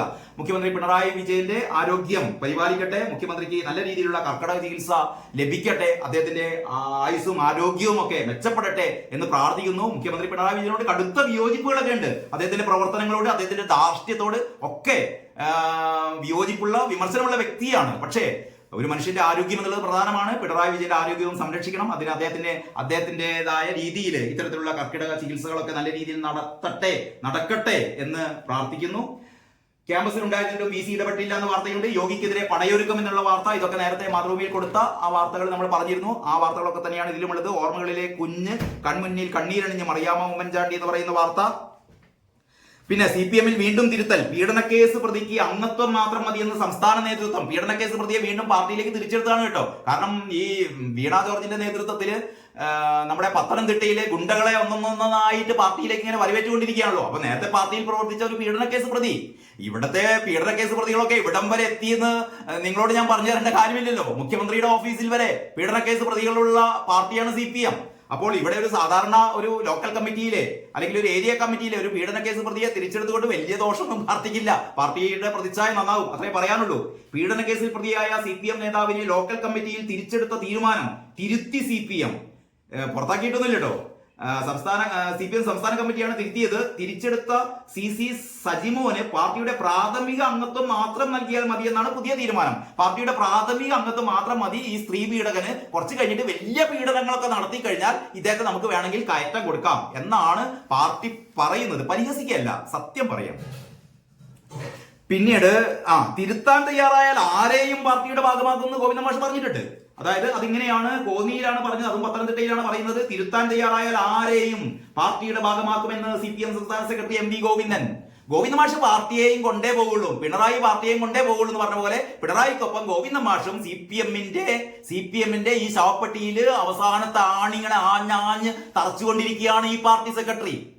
എന്നിട്ട് പറയുകയാണ്, CPM-ലേക്ക് ആളുകൾ വരുന്നത് പല പാർട്ടികളിൽ നിന്നാണ്. പാർട്ടി അംഗത്വം കൊടുക്കുന്നത് വരെ ഒട്ടേറെ നടപടി ക്രമങ്ങളുണ്ട്. RSSന്റെ തനി സ്വരൂപങ്ങളാണ് പാർട്ടിയിലേക്ക് വരുന്നത്. അവരെ സംസ്കരിച്ചെടുക്കണം, അവരെ കമ്മ്യൂണിസ്റ്റുകളാക്കാൻ സമയമെടുക്കും.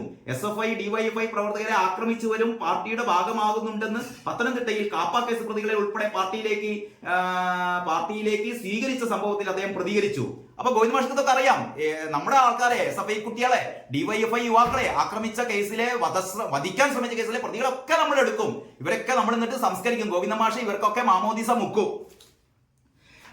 PSC കോഴ വിവാദത്തിൽ പ്രമോദ് കോട്ടൂളിക്കെതിരെ നടപടി കൃത്യമായ വിവരത്തിന്റെ അടിസ്ഥാനത്തിലാണെന്നും അത് പാർട്ടിക്ക് പുറത്ത് പറയേണ്ടതില്ലെന്നും ഗോവിന്ദ മാഷ് പറഞ്ഞു. അങ്ങനെ ഗോവിന്ദ മാഷിന്റെ നേതൃത്വത്തിലുള്ള തെറ്റുതിരുത്തൽ നടപടികൾ നടന്നുകൊണ്ടിരിക്കുകയാണ്. KK ഹിരണ്യൻ അന്തരിച്ച വാർത്ത മനോരമയുടെ ഉള്ളിലെ പേജിലാണ് കൊടുത്തത്. കുറേയും കൂടി പ്രാധാന്യത്തിൽ കൊടുക്കേണ്ടതായിരുന്നു. വിവാഹമോചന കേസിലെ ജീവനാംശം വരുമാനമില്ലെന്ന് പറഞ്ഞാലും യോഗ്യത നോക്കി തീരുമാനിക്കുന്നതാണ് സുപ്രീം കോടതി പറയുന്നത്. വിവാഹമോചന കേസിൽ ജീവനാംശം കൊടുക്കാൻ വരുമാനം ഇല്ല എന്നും പറഞ്ഞാൽ നടക്കുന്ന കാര്യമില്ല. യോഗ്യത ഉണ്ടെങ്കിൽ വരുമാനം ഉണ്ടാക്കണം, എന്നിട്ട് കൊടുക്കണം എന്നാണ് സുപ്രീം കോടതി പറഞ്ഞിരിക്കുന്നത്. അപ്പൊ ഇത്രയൊക്കെയാണ്. ആശുപത്രി വാർഡിൽ യുവതിയെ പാമ്പ് കടിച്ചെന്ന് സംശയം, അങ്ങനെയാണ് വാർത്ത കൊടുത്തിരിക്കുന്നത്. 10 മാസം പ്രായമായ കുഞ്ഞിന്റെ ചികിത്സക്കായി ചിറ്റൂർ താലൂക്ക് ആശുപത്രിയിലെത്തിയ യുവതിയെ പാമ്പ് കടിച്ചെന്ന സംശയത്തെ തുടർന്ന് ജില്ലാ ആശുപത്രിയിൽ പ്രവേശിപ്പിച്ചു. എന്നാൽ പാമ്പ് കടിച്ചിട്ടില്ലെന്നാണ് ജില്ലാ ആശുപത്രി അധികൃതർ വിശദീകരിക്കുന്നത്. അതായത് പാമ്പ് കടിച്ചിട്ടില്ല എന്ന് പറയുന്നത്, എന്തായാലും പാമ്പിനെ പിടിച്ചു കേട്ടോ. പാമ്പ് ഇല്ലാത്ത പാമ്പൊന്നുമില്ല, പാമ്പിനെ പിടിച്ചു. ആ കട്ടിലിന്റെ അടിയിലായിരുന്നു, ഈ മകൾ കിടക്കുന്ന കട്ടിലിന്റെ അടിയിലായിരുന്നു പാമ്പ്. അതാണ് ഈ പറയുന്ന സ്ത്രീക്ക് കടിച്ചത്. പക്ഷെ കടിച്ചിട്ടില്ല എന്ന് പറയുന്നു. ഏതായാലും പാമ്പുണ്ടായിരുന്നു അവിടെ. അപ്പം ഈ ചികിത്സാ കേന്ദ്രത്തിൽ, പ്രാഥമിക ചികിത്സാ കേന്ദ്രത്തിൽ, ചിറ്റൂർ ഏതാശുപത്രിയാണ്, താലൂക്ക് ആശുപത്രി, ചിറ്റൂർ താലൂക്ക് ആശുപത്രിയിൽ പാമ്പുണ്ടായിരുന്നു. അപ്പോൾ സർക്കാർ ആശുപത്രിയിൽ മരുന്നില്ലെങ്കിലും ചികിത്സാ സംവിധാനമില്ലെങ്കിലും എന്തുണ്ട്, പാമ്പുണ്ട്. നേരത്തെ നമ്മുടെ ചിന്താചരവും പറഞ്ഞിരുന്നല്ലോ, മരുന്നില്ലെങ്കിലും പൊതിച്ചോറുണ്ട്. അപ്പോൾ പൊതിച്ചോറിന്റെ കൂടെ പാമ്പും. ഇതാണ് കേരളത്തിലെ ആരോഗ്യരംഗം. നമ്പർ വൺ എന്ന് വീണ ജോർജ് പാട്ടുപാടുന്ന അല്ലെങ്കിൽ തിരുവാതിര കളിക്കുന്ന ഈ പറയുന്ന ആതുരാലയത്തിന്റെ സ്ഥിതി ഇതാണ്. നമുക്ക് അടുത്ത പത്രത്തിലേക്ക് കിടക്കാം. കേരളകൗമുദിയുടെ മെയിൻ സ്റ്റോറി എന്ന് പറയുന്നത് മണ്ണിന്റെ മക്കൾ നിയമം കർണാടകം തലയൂരി. കർണാടക സർക്കാർ അവിടുത്തെ തൊഴിൽ ഇടങ്ങളിൽ കർണാടകക്കാർക്ക് സംവരണം ഏർപ്പെടുത്തിയിരുന്നു. ആ തീരുമാനം ഭരണഘടനാ വിരുദ്ധമാണ്. ചില സംസ്ഥാനങ്ങളൊക്കെ നേരത്തെ ഇത് ചെയ്തിട്ടുണ്ട്. പക്ഷേ അവസാനം ഇത് തിരുത്തി. സ്വകാര്യ മേഖലയിൽ നാട്ടുകാർക്ക് ജോലി സംവരണം ഏതൊരു സംസ്ഥാന സർക്കാരും സ്വന്തം നാട്ടിലെ ആൾക്കാർക്ക് ജോലി കിട്ടട്ടെ എന്ന് പറയുന്ന സതുദ്ദേശത്തോടെ ചെയ്തതാണ്. പക്ഷേ അത് ഭരണഘടനാ വിരുദ്ധമാണ്. അങ്ങനെ ഒരു സംസ്ഥാന സർക്കാരിനും ആ സംസ്ഥാനത്തെ ആൾക്കാർക്ക് മാത്രമേ അവിടെ ജോലി കൊടുക്കാവൂ എന്ന് പറയുന്ന ഒരു നിയമം ഒന്നും നടപ്പാക്കാൻ പറ്റില്ല. കാരണം അങ്ങനെയാണ് നമ്മുടെ ഭരണഘടന നിഷ്കർഷിക്കുന്നത്. മന്ത്രിസഭ അംഗീകരിച്ചത് ഇന്നലെയായിരുന്നു. പ്രതിഷേധം രാത്രി തന്നെ ആ തീരുമാനം മരവിപ്പിച്ചു. PH സനൽകുമാർ സ്റ്റോറിയാണ്. ബംഗളൂരു. കർണാടകയിൽ IT ഉൾപ്പെടെയുള്ള സ്വകാര്യ മേഖലയിലെ ഭൂരിഭാഗം തൊഴിലും തദ്ദേശീയർക്ക് സംവരണം ചെയ്യുന്ന പിന്തിരിപ്പൻ ബിൽ ശക്തമായ എതിർപ്പിനെ തുടർന്ന് മരവിപ്പിച്ചു തലയൂരി സിദ്ധരാമയ്യ കോൺഗ്രസ് സർക്കാർ. മണ്ണിന്റെ മക്കൾവാദം നടപ്പാക്കുന്ന ബില്ലിന് മന്ത്രിസഭ ഇന്നലെ അംഗീകാരം നൽകിയിരുന്നു. പിന്നാലെ രാജ്യവ്യാപകമായി പ്രതിഷേധമുയർന്നു. അതിന്റെ പിന്നാലെയാണ് അത് മരവിപ്പിച്ചത്. 2 ദിവസം കൂടി ശക്തമായ മഴ എന്ന റിപ്പോർട്ടുണ്ട്. ഉമ്മൻചാണ്ടിയുടെ ആ സുനിൽസ് വാക്സ് മ്യൂസിയത്തില് ഉമ്മൻചാണ്ടിയുടെ മെഴുക് പ്രതിമക്കറയിൽ മറിയ ഉമ്മനും ചാണ്ടി ഉമ്മനൊക്കെ ചാണ്ടിയുമ്മനില്ല പേരക്കുട്ടിയൊക്കെ നിൽക്കുന്ന ആ പടമാണ് മുകളിൽ തന്നെ നന്നായി കൊടുത്തത്. ഭീകരരുടെ പുതിയ താവളം, ജമ്മു കാശ്മീരിലുള്ള ഭീകരരുടെ പുതിയ തലപൊക്കലിനെ കുറിച്ചുള്ള വാർത്തയാണ്. സുരേഷ് ബാബുവിന്റെ റിപ്പോർട്ടാണ്. വർഗീയ സംഘർഷമാണ് അവർ ഉന്നം വെക്കുന്നു പറയുന്നു. നോഡയിൽ ഏറ്റുമുട്ടൽ തുടരുന്നു. മഹാരാഷ്ട്രയിൽ 12 മാവോയിസ്റ്റുകളെ സുരക്ഷാ സേന വധിച്ച വാർത്തയുണ്ട്. അവയവ കച്ചവട കേസ് NIA ഏറ്റെടുത്തു. തോട്ടിലും മോടയിലും മാലിന്യമിടുന്നത് കൊലപാതക തുല്യമെന്ന് ഹൈക്കോടതിയുടെ നിരീക്ഷണവും പറയുന്നു. ജോയിയുടെ അമ്മക്ക് 10 ലക്ഷം രൂപ വീട്, ജോയിയുടെ അമ്മക്ക് 10 ലക്ഷം രൂപയും ഈ പറയുന്ന കോർപ്പറേഷൻ വീട് നിർമ്മിച്ചു കൊടുക്കുന്നു പറയുന്നു. ഇതുകൊണ്ടൊന്നും ഒരു കാര്യമില്ല. ഈ ജോയിയെ നിങ്ങൾ കൊന്നതാണ്. നിങ്ങൾ എന്ന് പറഞ്ഞാൽ ഇവിടുത്തെ കോർപ്പറേഷൻ, തിരുവനന്തപുരം കോർപ്പറേഷനും സംസ്ഥാന സർക്കാരും. ഇതിൽ നിന്ന് ഒരിക്കലും MP രാജേഷിന് മോചനമില്ല, ആര്യ രാജേന്ദ്രന് മോചനമില്ല. 2 കൂട്ടരും ഇതിൽ പ്രതികളാണ് എന്ന് ഒരിക്കൽ കൂടി പറഞ്ഞു വെക്കാൻ ആഗ്രഹിക്കുന്നു. തലവര പറയുന്നത് തദ്ദേശ ഭരണം പിടിക്കാൻ KPCCയുടെ കർമ്മ പദ്ധതി എന്നാണ്. ഫലം മിച്ചിച്ചാൽ പോരാ, കർമ്മം ചെയ്യണമെന്നാണ് സുജിത്ത് പറയുന്നത്. ശരിയാണ് സുജിത്തിന്റെ നിരീക്ഷണം. പിന്നീട് മീശയുടെ ശിവനെ ഗുരു പ്രതിഷ്ഠിച്ചത് 119 വർഷം എന്ന് പറയുന്ന കൗമുദി സ്പെഷ്യൽ. ഈ കൗമുദി സ്പെഷ്യൽ എന്ന് പറയുന്ന ഒരു ആവശ്യവുമില്ലാത്ത, അത്രക്കൊന്നും പ്രാധാന്യമില്ലാത്ത വാർത്തകളാണ് 1-ാം പേജിൽ കൊടുക്കുന്നത്. ഇനിയെങ്കിലും കേരള കൗമുദി ഈ പറയുന്ന കൗമുദി സ്പെഷ്യൽ എന്നുള്ളത് ഒന്നിലെടുത്ത് കളയണം, അല്ലെങ്കിൽ സ്പെഷ്യലായിരിക്കണം. അതല്ലാതെ എന്തെങ്കിലുമൊക്കെ കൗമുദി സ്പെഷ്യൽ എന്ന് വെച്ചിട്ട് മീശയുള്ള ശിവനെ ഗുരു പ്രതിഷ്ഠിച്ചിട്ട് 119 വർഷം, ഇതൊന്നും കൗമുദി സ്പെഷ്യലായി കൊടുക്കേണ്ട കാര്യമല്ല എന്നേ പറയാനുള്ളൂ. പിന്നീട് ഉള്ളത്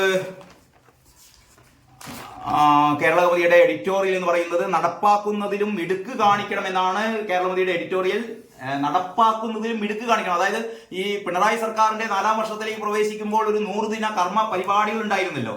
ഈ കർമ്മ പരിപാടികളിൽ എത്രയാണ് 13,000 കോടി രൂപയുടെ കർമ്മ പദ്ധതികൾ. അതിങ്ങനെ പ്രഖ്യാപനം മാത്രമൊന്നും പോരാ, അത് വളരെ കർക്കശമായി നടപ്പാക്കണം, നല്ല രീതിയിൽ നടപ്പാക്കണം എന്നാണ് കേരളമോദി പറയുന്നത്. പക്ഷെ നടപ്പാക്കാൻ പൈസ വേണ്ടേ? കേരളമോദി എഡിറ്റോറിയൽ എഴുതി, ആരാണ് എഡിറ്റോറിയൽ എഴുതിയെന്ന് എനിക്കറിയില്ല, എഡിറ്റോറിയൽ എഴുതിയ ആൾക്കാർക്കും അറിയാം ഇതൊന്നും നടപ്പാക്കാൻ പോകുന്നില്ല. മോചനം കഴിഞ്ഞു മതി പുനർവിവാഹം, മോചനം കഴിഞ്ഞു മതി എന്ന് പറയുന്ന മറ്റൊരു എഡിറ്റോറിയൽ കൂടി കേരളമോദി എഴുതിയിട്ടുണ്ട്. എന്ന് പറഞ്ഞാൽ കേരളത്തിൽ വിവാഹമോചനം വർദ്ധിക്കുകയാണത്രേ. ഈ വിവാഹമോചനം വർദ്ധിക്കുക എന്ന് പറയുന്നത്, വിവാഹമോചനം വർദ്ധിക്കുന്നു എന്നുള്ളത് എന്തോ ഭയങ്കര അപകടം എന്നുള്ള രീതിയിലാണ് പലപ്പോഴും പല ആൾക്കാരും ചൂണ്ടിക്കാണിക്കുക. ശരിക്കും വിവാഹമോചനം വർദ്ധിക്കുക എന്ന് പറയുന്നത് ഒരു നന്മയുടെ, അല്ലെങ്കിൽ ഇതൊരു പോസിറ്റീവായി കാണേണ്ടതാണ്. എന്ന് പറഞ്ഞാൽ വിവാഹ ബന്ധത്തിലൂടെ ഒത്തൊരുമിച്ച് പോകാൻ പറ്റാതിരുന്നാൽ വിവാഹബന്ധം വേർപ്പെടുത്തണം. അതൊരു മോചന മാർഗമാണ്. അപ്പൊ വിവാഹമോചനം വർദ്ധിച്ചു എന്നുള്ളത് കൊണ്ട് ഇതൊരു തെറ്റായ ഒരു നടപടി എന്ന് നമുക്ക് ഒരിക്കലും പറയാൻ പറ്റില്ല. അപ്പോൾ അതുകൊണ്ട് തന്നെ കേരളത്തിൽ വിവാഹമോചനം വർദ്ധിക്കുകയാണ്. വിവാഹമോചന നടപടികൾക്കിടയിൽ വിവാഹം നടത്താനുള്ള ചില ശ്രമങ്ങൾ ഉപേക്ഷിക്കണം എന്നുള്ള രീതിയിലാണ്. മോചനം കഴിഞ്ഞു മതി, വിവാഹമോചനം കഴിഞ്ഞു മതി, പുനർവിവാഹം എന്നുള്ള രീതിയിലാണ് എഡിറ്റോറിയൽ കൊടുത്തിരിക്കുന്നത്. പിന്നീട് ജുഡീഷ്യൽ കമ്മീഷൻ റിപ്പോർട്ട്, ഗവർണർക്ക് പൂക്കോട് വെറ്ററിനറി കോളേജ് ക്യാമ്പസിൽ അരാജകത്വം, സിദ്ധാർത്ഥ് ആക്രമിക്കപ്പെട്ടത് അറിഞ്ഞിട്ടും അന്വേഷിച്ചില്ല എന്ന് പറയുന്ന ഏറ്റവും നല്ല രീതിയിൽ തന്നെ ആ സ്റ്റോറി കൊടുത്തിട്ടുണ്ട്. മുന്നറിയിപ്പ് അവഗണിച്ചു. ആക്രമിക്കപ്പെട്ടത് രാഷ്ട്രീയ വൈരത്തിന്റെ പേരിലല്ല, സിദ്ധാർത്ഥ് നേരിട്ട ക്രൂരതയ്ക്ക് വിദ്യാർത്ഥി രാഷ്ട്രീയവുമായി ബന്ധമുണ്ടെന്ന് കണ്ടെത്താനായില്ല. സിദ്ധാർത്ഥ് ആക്രമിക്കപ്പെട്ടത് SFIയുമായുള്ള രാഷ്ട്രീയ അഭിപ്രായ വ്യത്യാസത്തിന്റെ പേരിലല്ല. പ്രതികളിൽ ചിലർ SFIക്കാരാണ്, മറ്റു ചിലർക്ക് രാഷ്ട്രീയ ബന്ധമില്ല. വളരെ വ്യക്തമായി ആ റിപ്പോർട്ടിൽ പറയുന്നുണ്ട്, പ്രതികളിൽ ചിലർ SFIക്കാരാണ്. പക്ഷേ SFI എന്ന് പറയുന്ന ഒരു സംഘടനയെ പ്രത്യേകമായിട്ട് പരാമർശിക്കുന്നില്ല എന്ന് മാത്രമേയുള്ളൂ. നമ്മള് ദേശാഭിമാനിയിലേക്ക് കടക്കുമ്പോൾ അതിന്റെ പൊള്ളത്തരം മനസ്സിലാവും. ഞാൻ അതുകൊണ്ട് നേരത്തെ ഒന്നുകൂടി ഊന്നി പറയുകയാണ്. ചാതുർവർണ്ണ വ്യവസ്ഥിതിക്ക് വെള്ളാപ്പള്ളി കൂട്ടുനിൽക്കുന്നു MV ഗോവിന്ദൻ. നമ്മൾ നേരത്തെ ചർച്ച ചെയ്തതാണ്, സംസാരിച്ചതാണ്. MV ഗോവിന്ദൻ മാഷിന്റെ ഈ പറയുന്ന വിഡ്ഢിത്ത പ്രസ്താവന കേരളമോദിയും കൊടുത്തിട്ടുണ്ട് എന്ന് മാത്രമേ പറയാനുള്ളൂ. കേരളമോദി ഇന്നലെ തന്നെ ഉമ്മൻചാണ്ടിയുടെ ഓർമ്മകൾക്ക് 1 വർഷമാകുന്നു എന്ന് പറയുന്ന റിപ്പോർട്ട്, ഈ ലേഖനങ്ങള് എഡിറ്റോറിയൽ പേജിൽ എഴുതിയിരുന്നു. ഇതാ വീണ്ടും ഇന്നും തുടരുന്നു.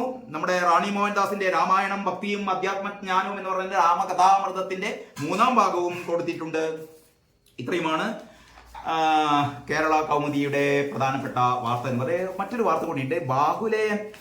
ബാഹുലേയൻ അന്തരിച്ചു. എടപ്പുലയത്ത് ബാഹുലേയൻ നമ്മുടെ ഒരു പഴയകാല സുഹൃത്തായിരുന്നു. എടപ്പുലത്ത് ബാഹുലേയൻ നിര്യാതനായി. കോഴിക്കോട് SNDP യോഗം കോഴിക്കോട് യൂണിയൻ മുൻ പ്രസിഡന്റും SN ട്രസ്റ്റ് ഡയറക്ടറുമായിരുന്ന നിജി കൺസ്ട്രക്ഷൻസിന്റെ മാനേജിംഗ് ഡയറക്ടർ വെസ്റ്റിൽ എടപ്പുലത്ത് ബാഹുലേയൻ 75 വയസ്സായിരുന്നു, നിര്യാതനായി. വരക്കൽ ദുർഗാദേവി ക്ഷേത്രത്തിന്റെയും വ്യാപാരി വ്യവസായ ഏകോപന സമിതി വെസ്റ്റീൽ യൂണിറ്റിന്റെ സെക്രട്ടറിയും ശ്രീനാരായണ എഡ്യൂക്കേഷൻ സൊസൈറ്റി പാട്രൺ മെമ്പറുമായിരുന്നു. സംസ്കാരം നടത്തി. ഭാര്യ സുഷമ, മക്കൾ എന്ന് പറയുന്ന വാർത്ത കൊടുത്തിട്ടുണ്ട്. ഇടപ്പുലത്ത് ബാഹുലേയൻ നിര്യാതനായി. ഒരു കറകളഞ്ഞ ശ്രീനാരായണീയനായിരുന്നു ഇടപ്പുലത്ത് ബാഹുലേയൻ. ജീവകാരുണ്യ പ്രവർത്തനങ്ങളിലൊക്കെ മുന്നിട്ട് ഇറങ്ങുന്ന ആളാണ്. നേരിട്ട് തന്നെ എനിക്ക് പരിചയമുള്ള വ്യക്തിയാണ് ഇടപ്പുലത്ത് ബാഹുലേയൻ. ഓർമ്മകൾക്ക് മുമ്പിൽ പ്രണാമം അർപ്പിക്കുന്നു.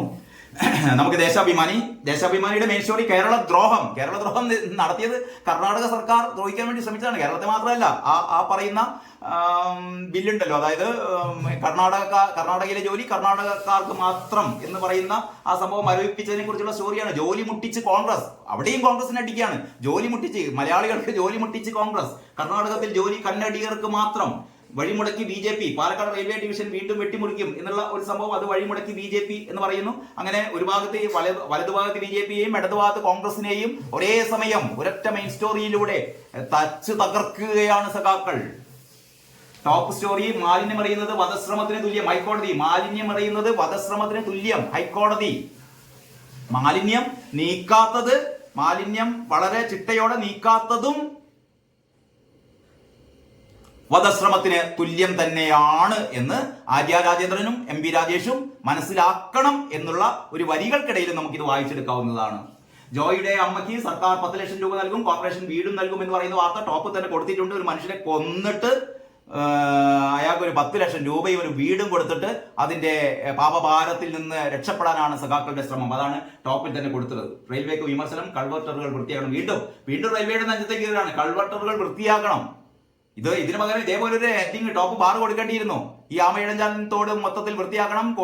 തിരുവനന്തപുരം നഗരം മാത്രമല്ല, സംസ്ഥാനത്തുടനീളം ഇത്തരത്തിലുള്ള മാലിന്യ നിർമ്മാർജ്ജന പ്രവർത്തനങ്ങൾ വളരെ ക്രമപ്രകാരം നേരത്തെ കഴിഞ്ഞ ദിവസം ജിജി തോമസൻ ചൂണ്ടിക്കാട്ടിയ പോലെ നടപടി എടുക്കേണ്ട ഇടത്ത് നടപടി എടുത്തുകൊണ്ട് വളരെ വളരെ ശുഷ്കാന്തിയോടെ ചെയ്യേണ്ട കാര്യങ്ങളാണ് ഈ പറയുന്ന ഉദ്യോഗസ്ഥന്മാരും ഈ പറയുന്ന മന്ത്രിമാരും കോർപ്പറേഷന്റെ മേയർമാരും ഒക്കെ കൂടിച്ചേർന്ന് കുളമാക്കി മാറ്റുന്നത്. ഇതൊന്നും ദേശാഭിമാനിക്ക് അതൊന്നും കാണാൻ കണ്ണില്ല. അതിന് പകരം റെയിൽവേ കൾവർട്ടറുകൾ വൃത്തിയാക്കണം എന്ന് പറയുന്നത്. ഗുജറാത്തിൽ മരണം 9 ചാന്ദിപുര വൈറസ് പടരുന്നു. പിന്നെ കാട്ടാൻ ആക്രമണം, മരിച്ച കർഷകന്റെ കുടുംബത്തിന് 15 ലക്ഷം വീടും, നാശം വിധിച്ച് മഴ തുടരുന്നു, 6 മരണം തുടങ്ങിയ വാർത്തകളാണ് മറ്റ് കൊടുത്തത്. മറ്റ് കാര്യങ്ങൾ ഇതിന്റെ ഹെഡ് മാർഷൽ പറയുന്നത്, ഞാൻ ഇതുവരെ ദേശാഭിമാനിയുടെ പോക്കറ്റ് കാർട്ടൂണിനെ കുറിച്ച് പരാമർശിക്കാറില്ല. ഇതാ ഇന്ന് പരാമർശിച്ചേ തീരൂ. ഹെഡ് മാർഷൽ എന്ന് പറയുന്ന പോക്കറ്റ് കാർട്ടൂണിൽ പറയുന്നത് എന്താണെന്നറിയോ? അസമിലെ മുസ്ലിം ജനസംഖ്യ 40%. അസമിലെ മുസ്ലിം ജനസംഖ്യ ഉയർന്നു. അപ്പൊ അതിൽ കമന്റ് ആണ്, ഗുജറാത്ത് മണിപ്പൂർ ലേഹ്യം എടുക്കട്ടെ എന്ന് മോദി ചോദിക്കുകയാണ്. ഒരു പോക്കറ്റ് കാർട്ടൂണിനെ എത്രമാത്രം വിഷലിപ്തമാക്കാമെന്ന് സഖാക്കൾ ഈ പറയുന്ന പോക്കറ്റ് കാർട്ടൂണിനും കൈവെക്കുകയാണ്. പോക്കറ്റ് കാർട്ടൂണൊക്കെ പറയുന്നത് ഈ വിമർശനത്തിന് ഒരു ആക്ഷേപഹാസ്യത്തിന് അതിൻ്റെതായ ഒരു മൂല്യമുണ്ട്. അതിന് പകരം നരേന്ദ്രമോദി ഒരു ഭരണി എടുക്കുന്നു, അതിൽ മുഴുവനും ശൂലവും വാളും എന്ന് പറഞ്ഞാൽ ഇനി ആസാമിൽ പോയി കണ്ട് അവിടെ ഈ ശൂലവും വാളും ഒക്കെ പ്രയോഗിക്കാൻ വേണ്ടി പോവുകയാണ്, മുസ്ലിം ഹത്യ നടത്താൻ പോവുകയാണ്. ഈ മണിപ്പൂരൊക്കെ ചൂണ്ടിക്കാട്ടിയാണ്. മണിപ്പൂരൊന്നും വർഗീയ കലാപം അല്ല എന്നുള്ളത് ഇവിടെ തെളിഞ്ഞ കാര്യമാണ്. എന്നിട്ട് വീണ്ടും കള്ളത്തരങ്ങൾ പോക്കറ്റ് കാർട്ടൂണിന്റെ ഉള്ളിലൂടെയും. എന്തിനാണ് സഖാക്കളെ ഈ പോക്കറ്റ് കാർട്ടൂണിനെ കൂടി ഇങ്ങനെ വിഷലിപ്തമാക്കുന്നത് എന്നേ ചോദിക്കാനുള്ളൂ. ഗുജറാത്ത് മണിപ്പൂർ ലേഹ്യം എടുക്കട്ടെ എന്ന്, ആസാമിലെ മുസ്ലിം ജനസംഖ്യ കുറയ്ക്കാൻ വേണ്ടിയിട്ട് എന്ന് പറഞ്ഞാൽ ഈ BJP എന്ന് പറയുന്നത് മുസ്ലിങ്ങളെ കശാപ്പ് ചെയ്യുന്ന പാർട്ടിയാണ് എന്ന് പറയുന്ന ഒരു നറേഷൻ വീണ്ടും ഈ പോക്കറ്റ് കാർട്ടൂണിലൂടെയും കടത്തിവിടാനുള്ള കുൽസിത ശ്രമമാണ് ദേശാഭിമാനം നടത്തുന്നത്. വിഷം വമിപ്പിക്കുന്ന, വിഷം ചീറ്റുന്ന റഹീം എന്ന് പറഞ്ഞിരുന്നല്ലോ നമ്മുടെ ഷാഫി പറമ്പിൽ വിഷം ചീറ്റുകയാണെന്ന്. വിഷം ചീറ്റുകയാണെന്ന് പറയുന്നത് മറ്റൊരാളാണ്, നമ്മുടെ സലാമാണെന്ന് പറയുന്നത് വിഷം ചീറ്റുകയാണ്. അങ്ങനെ ഈ സഖാക്കൾ സാധാരണ മറ്റുള്ള ആൾക്കാർ വിഷം ചീറ്റുന്നു എന്നൊക്കെ പറയാറുണ്ട്. പക്ഷെ യഥാർത്ഥത്തിൽ വിഷം ചീറ്റുന്നത് ഈ പത്രമാണ്.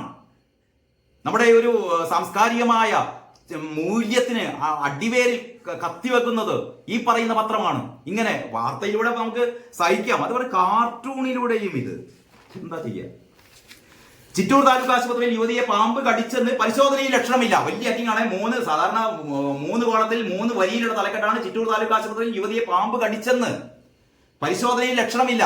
പക്ഷെ പാമ്പ് അവിടെ ഉണ്ടായിരുന്നു. അത് ഈ വാർത്ത വായിച്ചു കഴിയുമ്പോൾ നമുക്ക് മനസ്സിലാകും. പാമ്പ് അവിടെ ഉണ്ടായിരുന്നു. പാമ്പിനെ ഒരു കുപ്പിയിലാക്കുകയും ചെയ്തു. പക്ഷെ പാമ്പ് കടിച്ചിട്ടില്ല എന്നാണ് പറയുന്നത്. കടിക്കാത്ത പാമ്പ് കൊണ്ട് പ്രശ്നമൊന്നുമില്ല, പാമ്പ് കടിച്ചാൽ മാത്രമേ പ്രശ്നമുള്ളൂ. ആശുപത്രിയിലൊക്കെ പാമ്പിനെ വളർത്താൻ, പാമ്പുകൾ ഉണ്ടായിക്കോട്ടെ. ദേശാഭിമാനി പറയുന്നു പാമ്പ് കടിച്ചില്ലല്ലോ എന്നാണ് പറയുന്നത്. പാർട്ടി വിരുദ്ധരെ തിരിച്ചറിയണമെന്ന് CPIM പറയുന്നു. പാർട്ടി വിരുദ്ധർ എന്ന് പറഞ്ഞാൽ പാർട്ടിയെ വിമർശിക്കുന്ന ആൾക്കാരാണ്. പാർട്ടി വിമർശിക്കാനൊന്നും പാടില്ല. പാർട്ടി വിമർശിക്കുന്ന ആൾക്കാരെയൊക്കെ തിരിച്ചറിയണം. സിദ്ധാർത്ഥിന്റെ മരണം പിന്നിൽ രാഷ്ട്രീയ കാരണങ്ങളില്ല, അതാണ് തലക്കെട്ടാക്കിയത്. എന്നിട്ട് അതിൽ പറയുന്നു, ഗവർണർക്ക് അന്വേഷണ റിപ്പോർട്ട് കൈമാറി. അതിൽ പറയുന്നു, രാഷ്ട്രീയ വിരോധം കാരണം സിദ്ധാർത്ഥിന് മർദ്ദനമേറ്റു എന്ന വാദം ശരിയല്ലെന്നും ബുധനാഴ്ച രാജ്ഭവനിൽ ഗവർണർക്ക് കൈമാറിയ അന്വേഷണ റിപ്പോർട്ടിൽ പറയുന്നു. മരിക്കുന്നതിന് മുമ്പുള്ള ദിവസങ്ങളിൽ സിദ്ധാർത്ഥന് സഹപാഠികളായ വിദ്യാർത്ഥികളിൽ നിന്ന് മർദ്ദനമേറ്റിരുന്നു. ഇതിൽ SFI പ്രവർത്തകർ അല്ലാത്തവരും ഉണ്ടായിരുന്നു. ക്യാമ്പസിൽ ഒരു വിദ്യാർത്ഥി പ്രസ്ഥാനം മാത്രമാണ് പ്രവർത്തിക്കുന്നത്. ഈ റിപ്പോർട്ടിൽ സത്യം പറഞ്ഞു പോവുകയാണ് ദേശാഭിമാനി. അവിടെ ഒരു രാഷ്ട്രീയ പ്രസ്ഥാനം മാത്രമാണ് ഉണ്ടായിരുന്നത്, അത് SFI ആണ്. പക്ഷേ SFIക്കാർ മാത്രമല്ല മർദ്ദിച്ചത്, SFIക്കാരും SFIയുടെ കൂടെ മറ്റു പലരും ഉണ്ടായിരുന്നു. അപ്പോൾ ഈ എത്രമാത്രം കള്ളത്തരം പറഞ്ഞാലും ചിലപ്പോൾ സത്യം പറയേണ്ടി വരും ദേശാഭിമാനിക്ക്. ഇപ്പോൾ ഇങ്ങനെയൊക്കെയാണ് ദേശാഭിമാനിയുടെ ഉള്ളിലെ വാർത്തകൾ. നമുക്ക് മാധ്യമത്തിലേക്ക് കൂടി കടന്നിട്ട് നമുക്ക് എത്രയും പെട്ടെന്ന് അവസാനിപ്പിക്കാം. BJPയിൽ പട എന്നുള്ളതാണ് മാധ്യമത്തിന്റെ റിപ്പോർട്ട്. BJPയിൽ പട. UP മുഖ്യമന്ത്രി യോഗി ആദിത്യനാഥിനെതിരെ ഉപമുഖ്യമന്ത്രി മൗര്യ. മാധ്യമത്തിന്റെ ഒരു പ്രത്യേക അജണ്ട കൂടിയാണ് ഇത്. ഒരു BJPയെ കാണുന്നിടത്തൊക്കെ വെച്ച് അടിക്കുക എന്നുള്ളത്, അതിന്റെ ഒരു അടിയാണ് കൊടുത്തത്. BJPയിൽ പട. 3 മരണം കൂടി, തീവ്രമഴ തുടരുമെന്ന് പറയുന്ന വാർത്തയുണ്ട്. പവന് വീണ്ടും 55,000 രൂപയായി, റെക്കോർഡ് കടന്ന് അന്താരാഷ്ട്ര വില എന്ന് പറയുന്നു. കാനകളിൽ മാലിന്യം തള്ളുന്നവർ ആളെ കൊല്ലുകയാണെന്ന് ഹൈക്കോടതി. തദ്ദേശീയർക്ക് തൊഴിൽ സംവരണം എതിർപ്പ് ശക്തമായി, കർണാടക ബില്ല് മരവിപ്പിച്ചു. പ്രധാനപ്പെട്ട വാർത്തകളൊക്കെ കൊടുത്തിട്ടുണ്ട്. കേജ്രിവാളിന്റെ ഹർജി വിധി പറയാൻ വേണ്ടി മാറ്റി. ഒരാൾക്ക് കൂടി കോളറ. നീറ്റ് ഹർജികൾ ഇന്ന് വീണ്ടും പരിഗണിക്കും. ആനയൂട്ടിന്റെ ഒരു പടവും കൊടുത്തിട്ടുണ്ട്. പിന്നീട് ഈ പേജിലെ ആവർത്തിക്കുന്ന പിഴവുകൾ, പ്രതിരോധത്തിൽ ആരോഗ്യവകുപ്പിന്റെ പിഴവുകൾ, ആവർത്തിക്കുന്ന പിഴവുകളെ കുറിച്ചുള്ള ഒരു വാർത്ത ഉള്ളിലെ പേജിലുണ്ട്. ഇടപിരിയാത്ത അനശ്വര സൗഹൃദം. രമേശ് ചെന്നിത്തല ഉമ്മൻചാണ്ടിയെ കുറിച്ച് എഴുതിയ ഒരു അനുസ്മരണം കാണാം. VC-ക്കും ഡീനിനും ഉത്തരവാദിത്വത്തിൽ നിന്ന് ഒഴിയാനാകില്ലെന്ന് അന്വേഷണ കമ്മീഷൻ. മൃതദേഹം തണുത്തുറഞ്ഞു കിടന്നിട്ടും ഡീൻ ഗുരുതര വീഴ്ച നടത്തി. സിദ്ധാർത്ഥിന്റെ മരണം പീഡിപ്പിച്ചവരിൽ ചിലർ സജീവ SFI-ക്കാർ. പ്രത്യേക ബോക്സ് ഇട്ടിട്ട് മാധ്യമം കൊടുത്തിരിക്കുന്ന വാർത്ത കേട്ടോ. പീഡിപ്പിച്ചവരിൽ ചിലർ സജീവ SFI-ക്കാർ. എന്തിനാണ് SFI-ക്ക് ഇതിൽ പങ്കില്ല എന്ന രീതിയിലുള്ള ചില ആഖ്യാനങ്ങളൊക്കെ ഉണ്ടാകുന്നത്? തിരുവനന്തപുരം സിദ്ധാർത്ഥന്റെ മരണത്തിലേക്ക് നയിച്ച സംഭവങ്ങളിൽ ആരോപണ വിധേയരിൽ ചിലർ SFI-യുടെ സജീവ പ്രവർത്തകരാണെന്ന് കമ്മീഷൻ റിപ്പോർട്ടിൽ പറയുന്നു. അങ്ങനെ സൂചനയുണ്ട് കമ്മീഷൻ റിപ്പോർട്ടിൽ. സൂചനയല്ല, കമ്മീഷൻ റിപ്പോർട്ടിൽ പറയുന്നുണ്ട് എന്ന് മാധ്യമം പറയുന്നു. മാധ്യമത്തിന് ഇങ്ങനെ കള്ളത്തരം പറയേണ്ട ആവശ്യമൊന്നുമില്ലല്ലോ.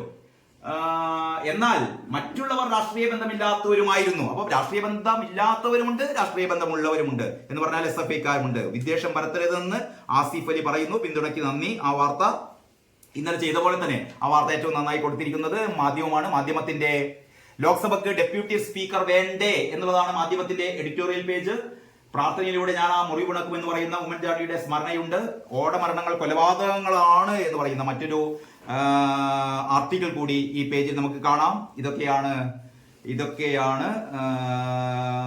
ഡോഡയിൽ ഭീകരരും സുരക്ഷാസേനയും തമ്മിൽ വീണ്ടും വെടിവെപ്പ്, ഗൗരി ലങ്കേഷ് വധക്കേസ് 3 പ്രതികൾക്ക് ജാമ്യം തുടങ്ങിയ വാർത്തകളൊക്കെയാണ് ഉള്ളിലുള്ളത്. ഗസക്ക് പിറകെ ലബനനും യുദ്ധത്തിലേക്ക് എന്ന് പറയുന്ന വാർത്തയുണ്ട്. ഗസയിൽ കുരുതിക്കളമായ സ്കൂളുകൾ 24 മണിക്കൂറിനിടെ കൊല്ലപ്പെട്ടത് 81 പേർ.